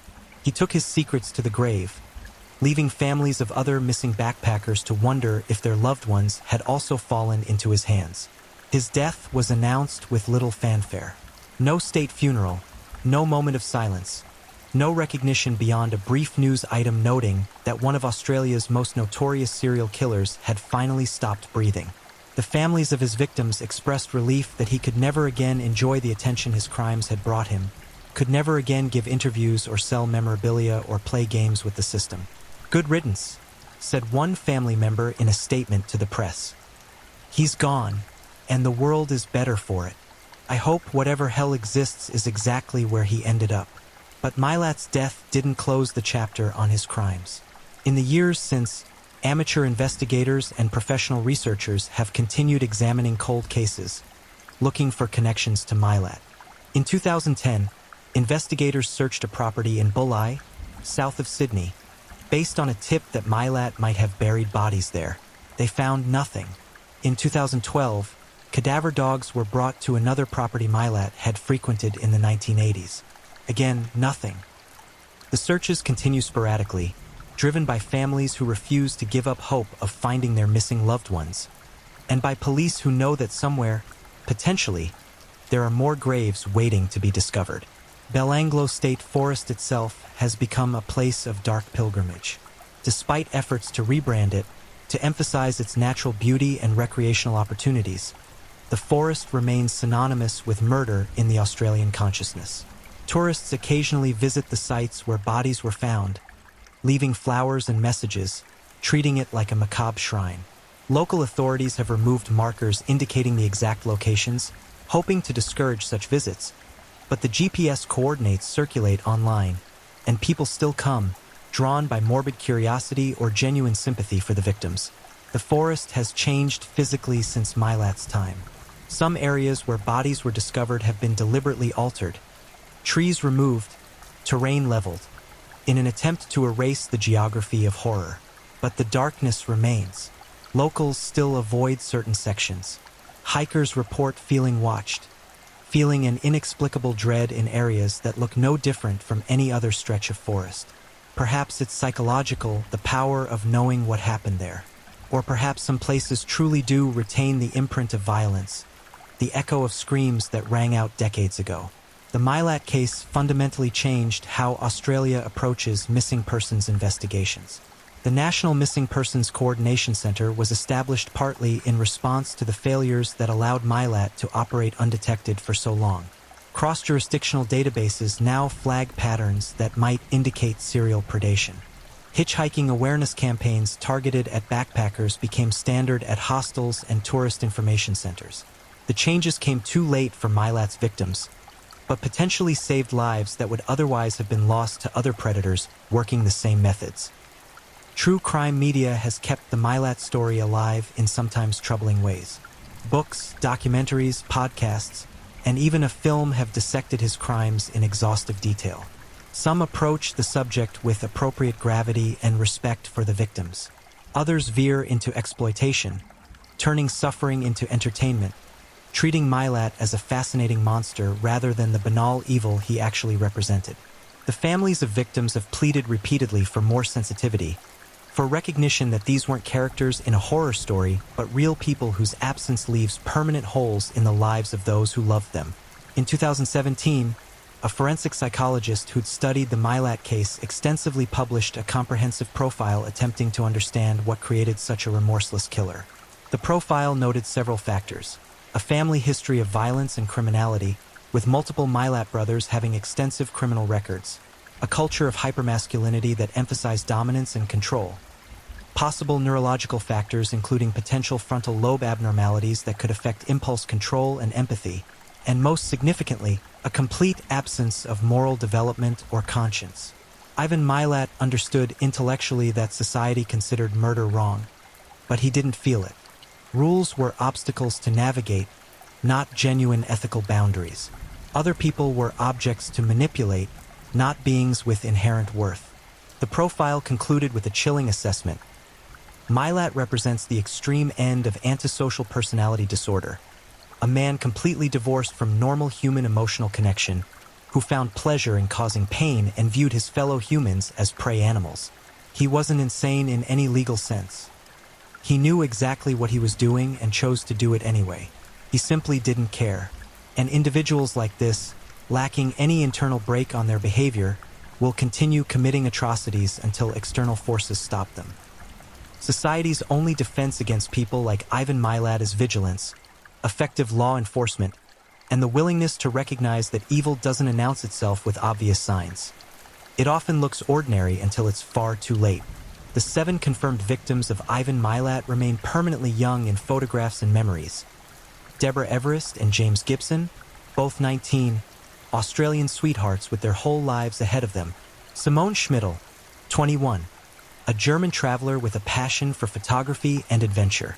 Anja Habschied and Gabor Neugebauer, both 21, engaged to be married, planning a future together that never came. Joan Walters and Caroline Clark, both 22, best friends exploring the world together. Their final moments spent in unimaginable terror. They came to Australia with dreams, to see the coast, to experience a different culture, to collect memories and stories they'd share for decades to come.